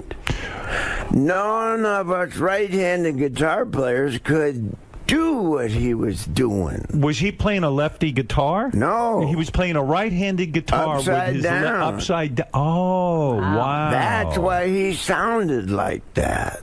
Are you kidding? That's why we couldn't crack the code. Oh, my God. That's fascinating. Yeah. That's why we were all hitting ourselves in the head. But that's why you're a great guitar player, because you're a student. You sit there. Those are the guitar lessons you talk about. Yeah. Sitting with Jimi Hendrix, it's a master class. Yeah. Wow. Even if it's 3 or 4 minutes. Right. And I had a Les Paul, and he looked at that, and he was really, really nice, and just a good guy. Isn't it weird, too, because Hendrix is, of course, remembered for his music, but also for the excesses, like the drug taking, fucking chicks, getting plaster cast on his dick. It takes away from his legend in a way, you know? It really does. That's the way it was back then. That's all I can say. Yeah. You could get away with a lot of stuff back then that you can't now. Right. You probably noticed. Yeah, oh yeah. It's a whole different universe, isn't it? Yeah. And Joe, where do you think rock and roll is going? Speaking of back then and today, you know, like there's not rock radio stations. Boy, Robin, that's a good one, you know. Is rock dead? Yeah, I think so, pretty much. It's pretty dead because there's not a lot of rock and roll radio stations. And we were talking about this on the show the other day. We were talking about that it's almost like, I think Robin said it, that rock and roll is going to be like jazz in a way. Yeah. It's going to be just this art form that existed and was big, and then some guys will still play it, but it's not going to have. It's dead, but it's not dead, but it's not number one. Country's number one. But I never thought I'd see the day that, you know, rock and roll was such a part of my life. Howard, think of it. That's what Analog Man is all about. Right. The new album. The digital technology is nice, but along with it is this virtual world that we all go in more and more. Yeah. And it doesn't exist. It's in a computer. It's an illusion. And we sit in chairs. Our bodies sit in chairs for hours waiting for our minds to come back. Yeah. I like side B. Right. I like cart machines. You know, it's different, man. It's different for us. Yeah. And the problem with the digital technology, right? It ate the record business. It did, yeah. It ate radio. So you're not on Twitter, are you? It ate intellectual property. Mm-hmm. Doesn't that drive you crazy as an artist that, you know, a guy who's like you, like a musician who comes up now, they can't even sell a record because everything's out there for free. People don't go and buy DVDs and CDs. I know. They rip them off and that. It does seem unfair, right? People ask me, what advice do you have for the upcoming musician? I don't have any. I'm trying to figure it out, too. What is your game plan with the new CD? In other words, it's hitting the stores, I think, today, right? Tomorrow. Tomorrow, all right? And you have a new single out. But what's the game plan? Can you really... Well, I guess you could go around the country and play these songs. It's almost like starting over. Joe Walsh is one of the biggest names in rock, and yet it's almost like you're starting over again. You got to go out, play for audiences, and introduce them to this music. It's a fresh start for me. So what are you going to do? What's the game plan? Well, the deal with everything is, in lieu of record companies, the way to do it now is the social network. You have to get visible. Yes. If you can make people aware that you have a record out, they'll find it. Right. So your game plan is to use social media and sort of get because like look at some of the great artists. Paul McCartney just came out with an album. Nobody gave a shit. You know what I mean? Paul McCartney. It's like everyone has an even playing field now. There's nowhere to go. There's nowhere to bank on your name. It's just that you know, I feel great for guys like you who have an audience already, and you can go out and do a James Gang tour, or you could go do a Joe Walsh tour, or you could do an Eagles tour. So you're fine. Nothing's going to bother you. But when you put out new music like you just have, that's the conundrum. That's the thing that you can't figure out. You can't assume that you're going to have a hit record. No. What's platinum now? 50,000 copies. That's right. Go make a living doing that. Woo! Right. How many records how many records between the Eagles and the James Gang have you sold? And Joe Walsh solo stuff? I don't know. You never counted it up? I lost count after about 85,000. I was counting them on my fingers. You mean you really don't know, Joe? Isn't that an impressive number to know for yourself and look back and say, you know what, I can reflect on that number? Probably, but in that category, I'm not really that big of a fish. Look at somebody like Jeff Lynne. Now, Jeff Lynne produced your new record. Yeah. Jeff Lynne was, of course, of Electric Light Orchestra, ELO, and he's a great legendary... That guy sold some records. Did he? Yeah. More than you? ELO, I think so. But if you count the Eagles... Well, Eagles, okay, Eagles. Eagles are one of the biggest selling bands of all time. Yeah, Hotel California, I think... California isn't that the alone. one album that... I think that's the #1 album for the Eagles ever. Greatest hits. Greatest hits. Greatest hits. Yeah, we go back and forth with Michael Jackson. What's the best song you ever wrote? Seriously, out of all the songs.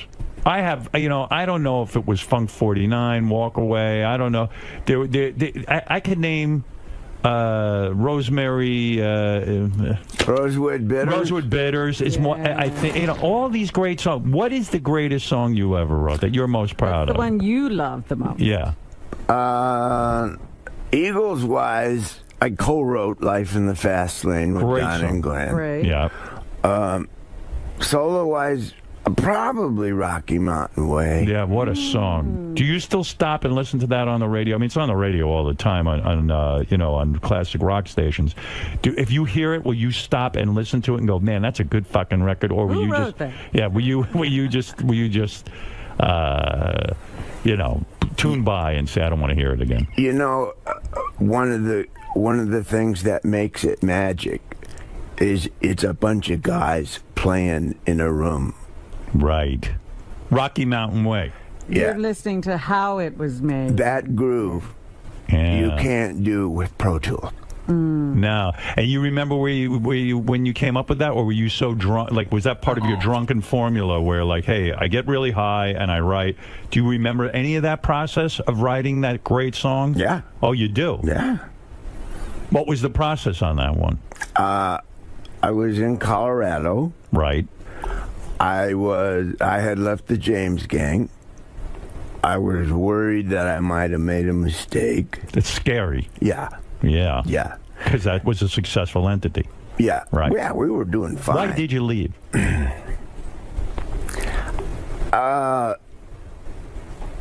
Three-piece band. I just got saturated with playing really loud and being like a kick-ass guitar guy. Right. Playing through Marshalls and stuff. Why, you thought on your own you could, tone it down? I was hearing all these songs, like, with a piano. And they didn't want that. The other two guys were against it. Kinda. And also your audience demanded you be a certain sound. So if you went to a piano, you were afraid the audience would reject. So you just said, fuck it, I'll leave the whole thing. Yeah. Did those guys want to kill you for breaking up something successful? No. Did you call to apologize to them when you got sober? I didn't have to really apologize. I apologized when I quit. I just said, guys, I can't do this. I'm a musician, too. Yeah. And I gotta go have a look at that. And so so you were scared, you were in Colorado. I'm in Colorado, okay. And I have an album done, which was the Barnstorm album, the first solo album I did. And I'm mowing the lawn. And you were mowing the lawn? I was mowing the lawn, yeah. Rock stars mow lawns? I didn't have any words for Rocky Mountain Way, but we had the track done. Right. And I'm just dead in the water about this song. What is it about? You mean you just hear music? There's no vocal. There's no tune, really, except that... If there were words, I hear where they go. But you don't have the actual words. I don't know what they are. So how do they come to you? Well, I'm on the lawn.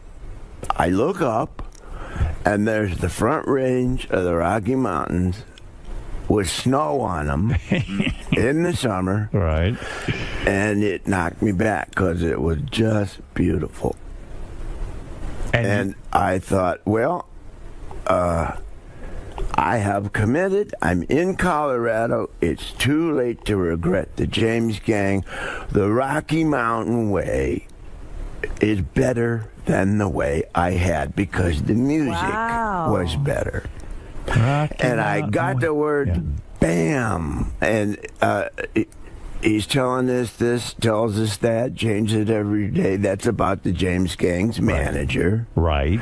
We don't need the ladies crying because the story's sad. That's giving up the regret of leaving the James Gang. And I got all those words all at once, and I ran into the house to write the words down. And the lawnmower kept going over into the neighbor's yard and ate the garden. It was an expensive song to write, but... Oh, I got the chills when you tell me that. Yeah, that's incredible. I get the chills because that's such a fucking cool process. I wish I had that ability. Yeah, that is amazing. Do you have trouble with your neighbors? You had a problem where some neighbor was like stalking you or something, or you had to go to court with the guy, or there was something, he came over with oh, yeah, that guy. What happened there? He finds pieces of property and builds houses on them. Right. And they shouldn't really have houses on them. Right. But he has friends at City Hall. Oh. And,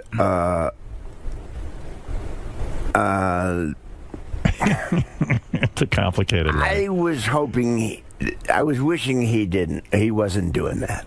Right. So I didn't help him. I see. He got frustrated with you. And he got frustrated, yeah. I see. Yeah. It's complicated being Joe Walsh sometimes. But now it seems like it's a lot simpler. You get the wife, you're happy. Oh, it's so much simpler. Now, let me say that Joe Walsh's new solo album, Analog Man, is in stores tomorrow. Tomorrow. Hey, I didn't finish the thought, though, with Stevie Nicks. Yeah. I mean, you two became this couple, and she says you are the love of her life. All those songs were about Joe? Yeah. She wrote one about me, yeah. What was the big one about you? Joe? Joe just fell asleep. Yeah. He's thinking of the name. I'm trying to I'm embarrassed. I don't remember. Was it a Fleetwood Mac song, or was it from one of her solos? One of her solos. One of her solo albums? Yeah. Yeah. Stand there. Has anyone ever wrote a song for you? Hell no. I wish you No, would. that's how the song goes. Stupid. Oh, shit. When are you going to write a song about me? Actually, I got a... That's a good idea. Yeah, I got an email from Leslie West. He claims he has an idea. He was thinking of me. He wants to write a song about me. I'm very honored. That's flattering. I feel like a hot chick. Well, you better wait till you hear it first. Yeah. Give my best to Leslie. I will. You know, he lost his leg. Yeah. Yeah, and but he's doing well. Yeah. He has a great spirit about him. He's a great guy. And a great guitar player. Yes, he is. Yes. Now, there's a guy that could probably be on Rolling Stone's list. Yes. Where the hell's he? Exactly. He's not on the list either? That's right. Well, anyway, the legendary Joe Walsh, who is doing so well, happily married now. Happily happy married. for Joe. And Ringo is your brother-in-law. My brother-in-law. Do you guys hang? get together? Yeah, we hang. You do. Do you sign autographs? Joe, do you sign autographs? Because Ringo has stopped signing everything. I signed his name for him. You do. That's why he got me. Ringo comes over the house, and it's like a family get-together. Yeah. That's kind of fun. I mean, that's an interesting thing. Yeah, He says, sign all these albums for me. I'm done. You get along with each other? Very well. You do. You know, he's so down to earth. Paul, too, for what those guys have been through. Right. And the really good positive energy. And in terms of a family, I got this huge family that came along with my wife. And it's a dynamic I'd never been around because they're really close. And learning to be part of is one of the things that has opened me up. Right. And made me feel, given me confidence, which is something I never had. That's why I drank. Yeah. Well, I'm glad you're not drinking. I'm glad you're healthy. So having Ringo, his insight and his wisdom has helped me with my life and as a human being, besides the music part of it. Yeah, he seems like a real good. I mean, I got to know Paul McCartney a little bit. What an amazing guy. Yeah. I mean, something else. Yeah. I always say, you talk about guys who strip it down, so to speak, who are analog men. I was talking the other day, I heard a song of his that I hadn't heard in years. It was from his first solo album after he left the Beatles. It was Turn It Up. What's the name of that song? Ooh You. Ooh You. And I love this song, Ooh You, but it's so fucking stripped down. And in fact, he's in his studio doing it, and he says, "Turn it up." He's talking to the engineer. It became part of the song. Yeah, that's the shit I like. That's analog. That's analog. That's what we're talking about. Yeah. You and Ringo, you and Ringo ever swap sisters? Would that ever happen? Like you do him? Howard, I'm not going to stoop to that mentality. Let's go get our asses waxed. Right. Listen, this. Oh, and by the way, the single is "Lucky That Way." I'll play a little. Is that right? I want to hear. Yeah. Let me see. "Lucky That Way" sounds like your life now. Joe Walsh. The new solo album, Analog Man. And that's in stores tomorrow.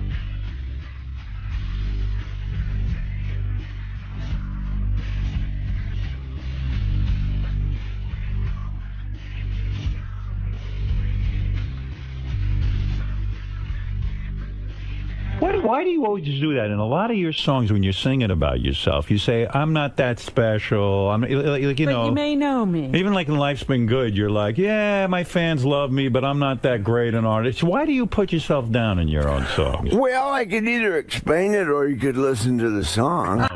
It's in there. Okay. Oh, it's in there. All right. It feels good to be you. It does.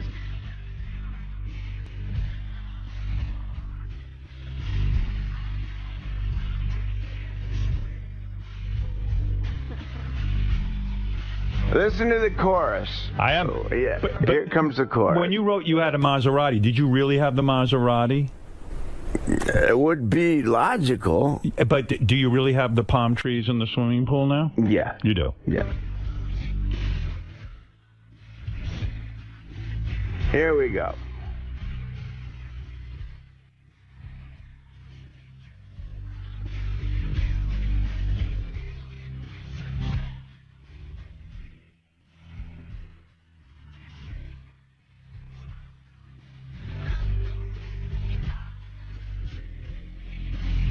Here we come. This is it.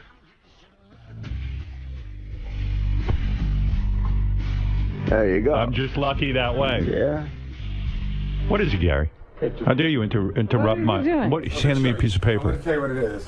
Oh, here. Oh. That's a song that Stevie wrote for Joe. God, she must have loved you. What was the song? The song is called "Has Anyone Ever Written Anything For You," as Joe said. And I thought he was talking to me. Listen to this lyric. "You know I'd rather be alone than be without you, don't you know? She'd rather be alone than be without you." What the fuck did you do to this girl? You must He's just lucky that way. You must have banged her silly. Were you in love with her? As a sister. Really? God, she was. I mean, I imagine this was the 70s, right? I mean, she's like a soulmate, you know. You still talk to her? Once in a while. And this was like in the 70s, right? I mean, was there a more beautiful, physically beautiful woman than Stevie Nicks and all that talent? I mean, you would think that's the whole package. I mean, that would be my fantasy. Were you not into her? No, I was, Robin. That didn't come out right. All I'm saying is that we were seeking refuge, kind of, in each other's presence. Because you both were into drugs at that point? Kind of, yeah, there was that part of it, but we were on the road, we had careers, we were both lonely. Why did you never marry her? Did the thought cross your mind at one point? No. And you never thought that way even in terms of like a powerful couple? Like, oh my God, there's two incredibly powerful people in rock and roll. Or maybe that would have been too much. Well, the relationship came and ran its course, as rock and roll relationships do. Does it get competitive? Like, do you sit there and she was in Fleetwood Mac at that point, I guess? No, she wasn't. Oh, she wasn't. No. She was a solo. Yeah. Or she was in Buckingham next. Yeah. And does it get competitive? Is that the problem? Like, you could never really marry another singer-songwriter because the two of you sit there and drive each other nuts with that stuff, career? What made it possible was that we toured together. Right. So when you tour together, it's and we spent all that time together. But you were not monogamous with her, so she probably got jealous too. Because knowing you back in those days, you were not going to be limited to one woman. True? You weren't going to be limited to one drink and not one woman. You were an addict. We were both monogamous for that summer. That's a pretty long time. Yeah. So you felt whole something season. for her. Well, yeah, in rock and roll, that's 10 years. That's a long time. That's a long time. When we stopped touring, we drifted apart. I had to. Yeah. Yeah. I had to. Look at you. What a life. But do you think you could have been with somebody as powerful and talented as Stevie? No, I don't think either of us could have committed to a lasting relationship in the state that we were in. You surprised Steven Tyler's a judge on American Idol? Seriously. I mean, Steven Tyler's one of the great songwriter, great rock and roll stars. I don't exactly know why he's doing that. I had heard that it was for the money. That literally he had gone through so much money that it was like a $10 million payday. That makes sense. Yeah. You held on to a lot of your money, even though all the marriages and getting high and everything. How did you manage to hold on to your money? I know you're worth $164 million. You know that? I do. Who'd you hear that from? Your accountant told me. He's still got $164 million on his own. No one told me, but I read it on the internet that you were worth around $164 million. And that makes sense to me. Between the Eagles and all the music, and royalties and touring. But you could have lost it all, right?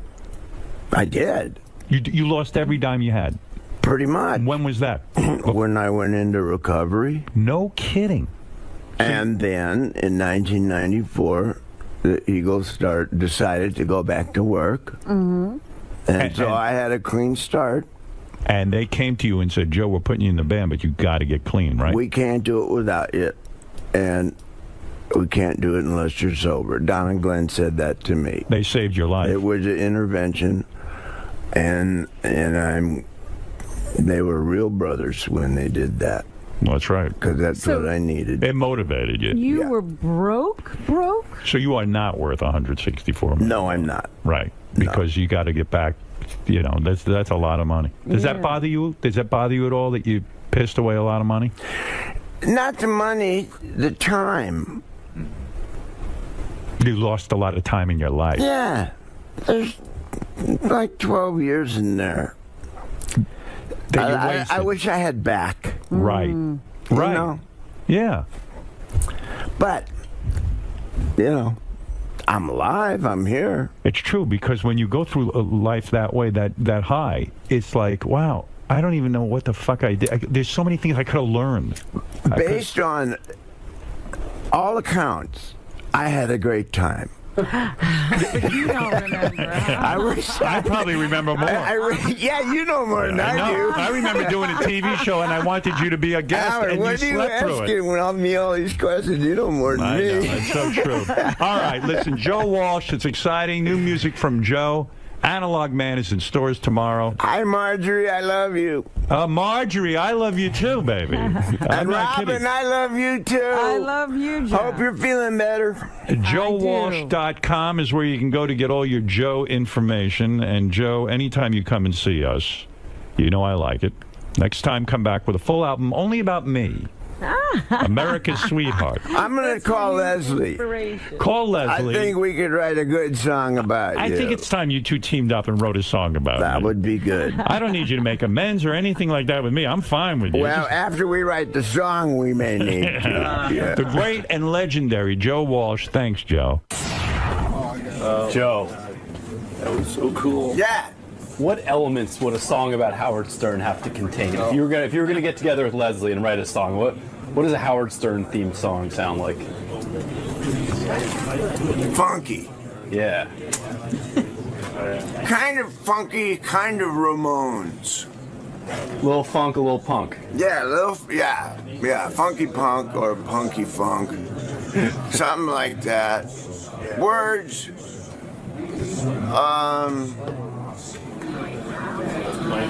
Parts of it really nice and friendly, and parts of it awful. You know, like Howard. Reflects his personality. Yeah. Yeah. I'm going to talk to Leslie West, and I'll get back to you with more of it. Cool. I think that would be a great song to hear. Now, we got to think of stuff that rhymes with Stern.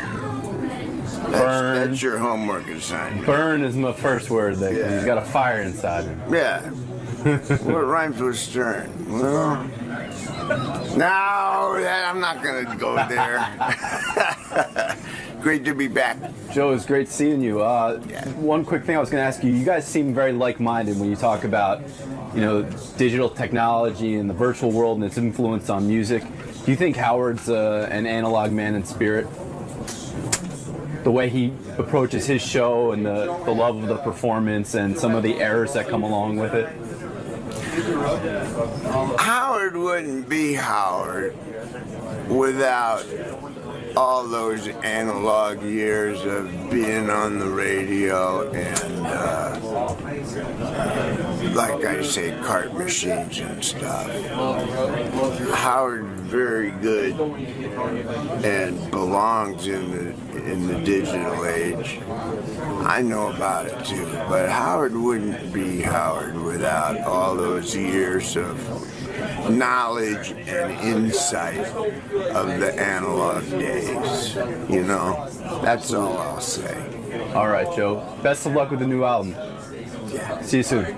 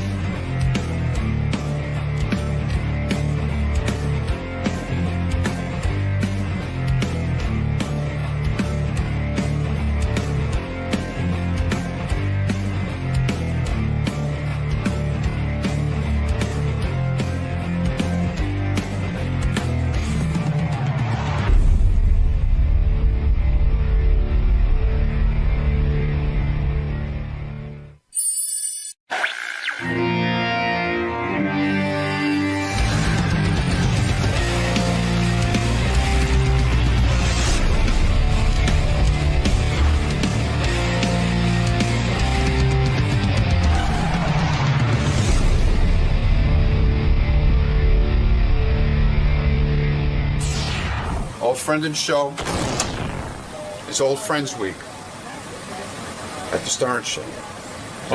Today's Joan Rivers. Okay. Okay? She's got a new book out, Yes, I know. I read about it in the newspaper yesterday. You know what it's called? It's very similar to what I think you would title the book. Yeah, The first line is, I hate everyone. That's it. And then she says, starting with me. But I don't think you feel that way about yourself. I don't hate myself. You love yourself. No, I don't. I love you. Good morning, Joan. Good morning. How are you today? I'm a little disappointed because you don't have your ice cream machine anymore. We got rid of that? I think so. That's not right. I didn't see it. Not right. We lured you with ice cream and then we took it away. Very important. Good morning, good morning. Otherwise, I'm fine, thank you.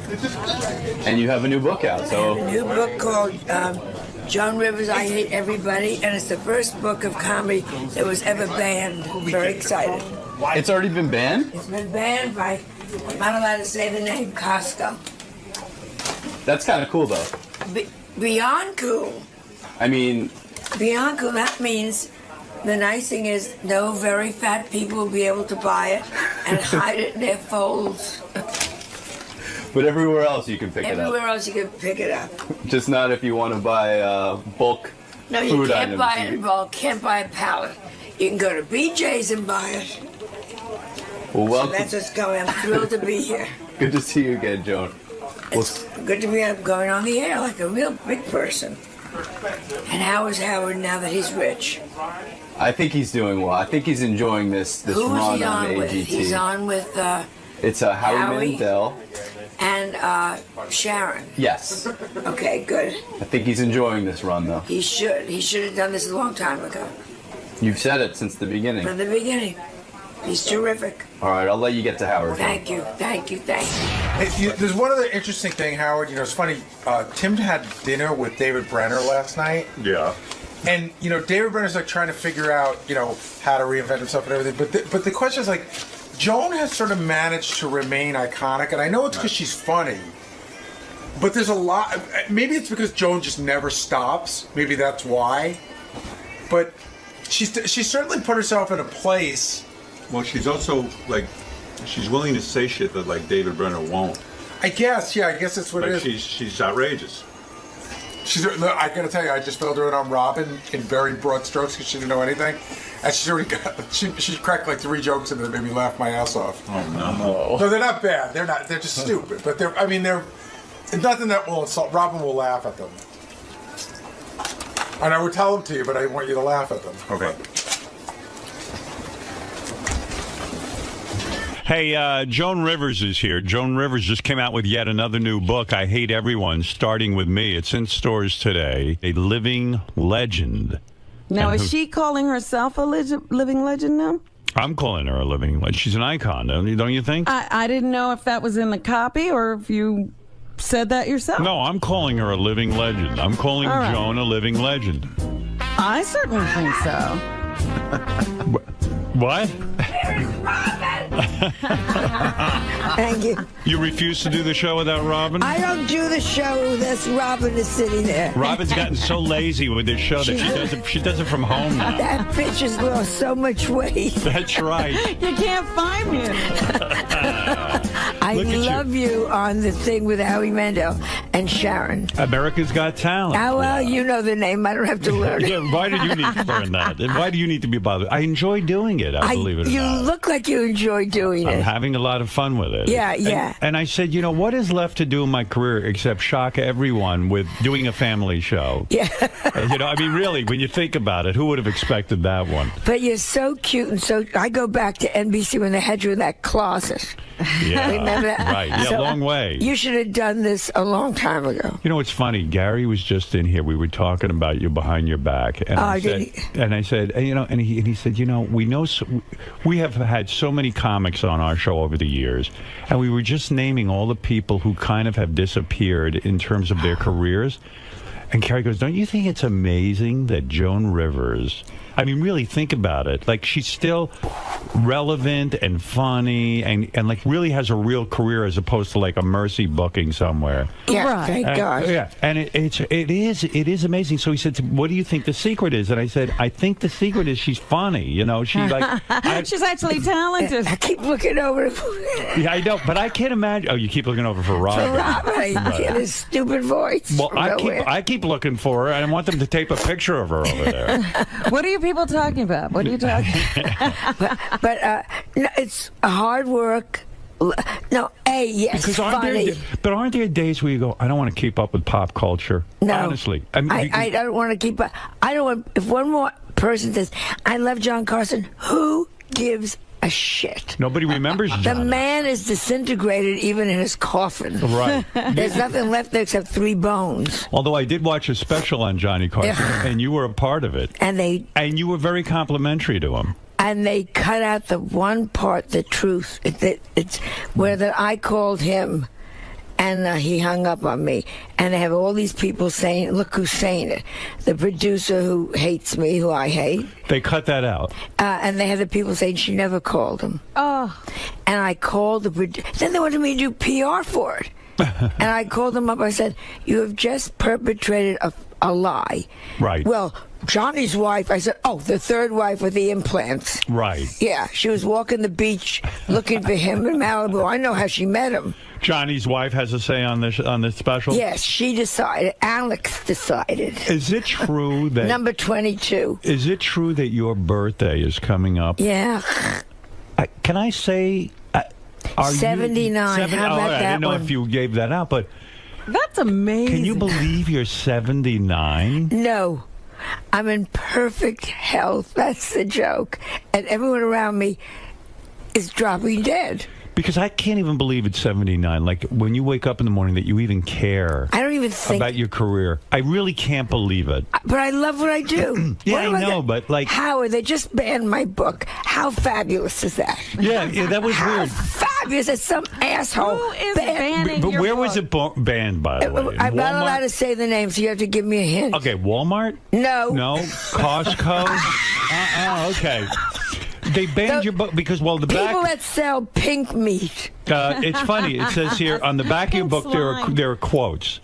Will Chamberlain said about your book, if I was alive, even I wouldn't fuck her. Yeah, that's what I wrote quotes that I thought were appropriate for the book. Dr. Kevorkian said of your new book, this author should be euthanized. That's right. Maria Antoinette was the one they didn't like. It says, let her eat shit. Yeah, I thought that was a testimonial to their produce department. So they were afraid that if someone picked up the book jacket, they would see the word shit, and then that would corrupt them? That would. Meanwhile, they sell people. ammo to children. Right. You know what I'm saying? I don't know. Who was ever hurt by that? Yeah. Oh, it's so stupid. But I got so excited because I'm from the generation where they used to ban books in Boston. Right. I said, this is fabulous. Because it's a funny book. It is funny. In fact, I was looking through the book, as long as we're talking about your book. Oh, we don't have to. No. I want to talk about it because there was one quote that I thought was outrageous. And in a politically correct society, to say this, I'm going to quote you now. I thought this was pretty wild. Let me find it, because I have a lot of quotes. I have never been politically correct. All right, listen to this. You write about, in your new book, the TV show Glee. Yeah. You say, on Glee, all the homo kids. Now, this is a quote. Okay, because a lot of people aren't saying that kind of stuff anymore. Okay. On Glee, all the homo kids are smiling and giggly, and they spend every day singing in the halls. When I went to high school, the homos spent most of their days hiding in their lockers crying. That's right. You feel a show like Glee should be about kids hiding in their lockers, right? Everybody's happy. The fat girl is singing. Yeah, right. It's true. In high school, where is the reality in that? The fat girl had to hide. 𝗦𝗵cie𝘄, whose nose continues around the corner. You're like, what planet is this? Yeah, this is not the high school I went to. Well, maybe the feeling is if they present an imaginary high school where everyone has fun, that all the high schools around the country, all the kids will think gay people are fun. Yeah. Let's include the crippled kid on the team. I was on the baseball team. I played so far out, by the time I came in from the outfield, we had to go back again. Do you think it built your character, Joan, that you were ostracized as a teenager and that you were locked in your locker many times and things like that? Like, in other words, it built character. It can't all be good. I think it's great sometimes. Mm-hmm. And I'm being serious now. Go ahead. That you get a couple of knocks. I think the stupidest thing is all these little crappy kids who can't play, they all get like a certificate. A trophy. You were good, you get a trophy. No. You were bad. Oh, you know what I hate the most? What? When people say to the child, the divorce had nothing to do with you. Meanwhile, your big head stretched your mother's vagina. and she's flapping in the wind. It's so big that the husband didn't want to bang her. That's it. The husband and 4 people were in there. You make a good point. Now, on Octomom, you wrote that her uterus is like a sausage maker. Yes. You're right. That's true. Right. I spoke to her the other day. Wait, I'm gonna give you a couple of quotes. Did you talk to her? I you did. can't talk to her. We did speak to her. Totally crazy. You can't. She's totally wild. She just doesn't shut up. And why won't nobody's addressing that these children are trapped in a house with her? I know. Well, thank God she's not Kate Gosselin. Now, what about this? Can you be sued in your book for writing about Oprah in this manner? Did you check this with lawyers? I checked this with lawyers, and it's a humor book. I see. Because it says here... That's how you get away with it. It's a humor book. You say Oprah is Stedman's beard. That's what I think. Yeah, you say... yeah, sure, Oprah denies it, but even Abraham Lincoln didn't have this big a beard. I know Oprah's opened schools and raised money and given away big, Buicks and things like that, but so what? She can't keep her weight at a reasonable level because that's important to you, right? I mean, someone has to keep their weight at a reasonable level. One day she weighs 140. 2 days later, she's being fitted for a boat cover. How long did it take you to write this vicious book? Yes, I mean, did this Honestly. just pour out of you, or did you have to labor over it? You're such an angry woman. It's funny. Are you angry? Are you an angry woman?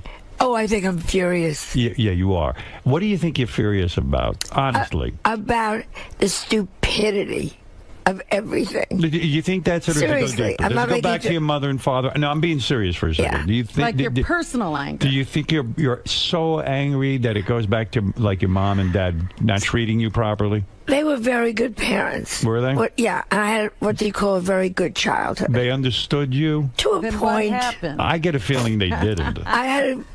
My father was a doctor. He worked hard. My mother was a housewife. She did her best. Right. They cared about the girls, my sister and I. Did they sit there and worry?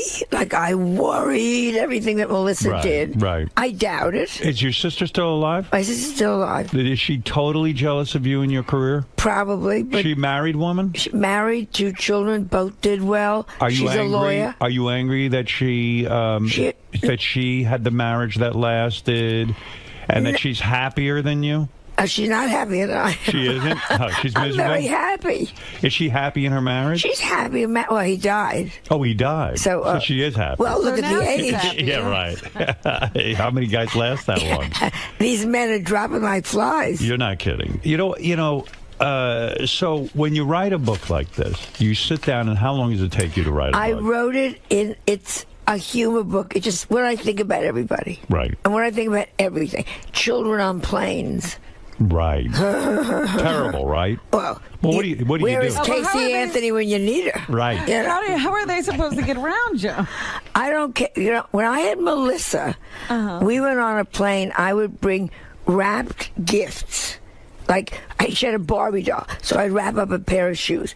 Every half hour, she got another little present that she had to open and play with. She was my responsibility to keep her quiet. So you kept her quiet by doing that on the plane. That's very fair to the other passengers. That's the only way you should do it. Right. You planned ahead. Or chloroform it. I mean, you got 2 choices. Yeah. Because I went to the movies the other day. I went to see Avengers, which is a scary movie to bring a 5-year-old to. And these 5-year-olds, I mean, you can't do that. You can't bring a 5-year-old to a movie like that. And God forbid you turn around and say, please keep your child quiet or get out. Oh, I told the woman to get the fuck out. Good. Yeah, I really did. You should. Yeah, I'm glad she didn't punch me in the face, but I mean, I was really pissed. The kid's going, Mommy, I'm scared. I'm scared. And I go, get her the fuck out of here. Take him out. Right. I'm angry, too. I took Cooper out of Mary Poppins. He got scared of that ugly Mary Poppins, so he left. Your grandson got scared at Mary Poppins? Well, he was young. I'm worried about this kid. Well, listen, an ugly woman with an umbrella. Do you get jealous of female comics, particularly female comics who, like, you kind of see, like Lisa Lampanelli right now is very hot, right? Well, to a point. How many black I fucked him jokes can you do? So you're not thrilled She'll cool off. No, she's a one-note comic. She's fine, but she's not. Here we go. She's fine. Why are you being diplomatic? Because she's going to come after me, and she's probably a very nice girl. Oh, my. No, but I'm I saying, don't think like some one people note. say Lisa Lampanelli is the new Joan Rivers. You know, they're always looking for the new Joan Rivers. But you feel she has not earned that title. Oh, no. She's very good on a certain level.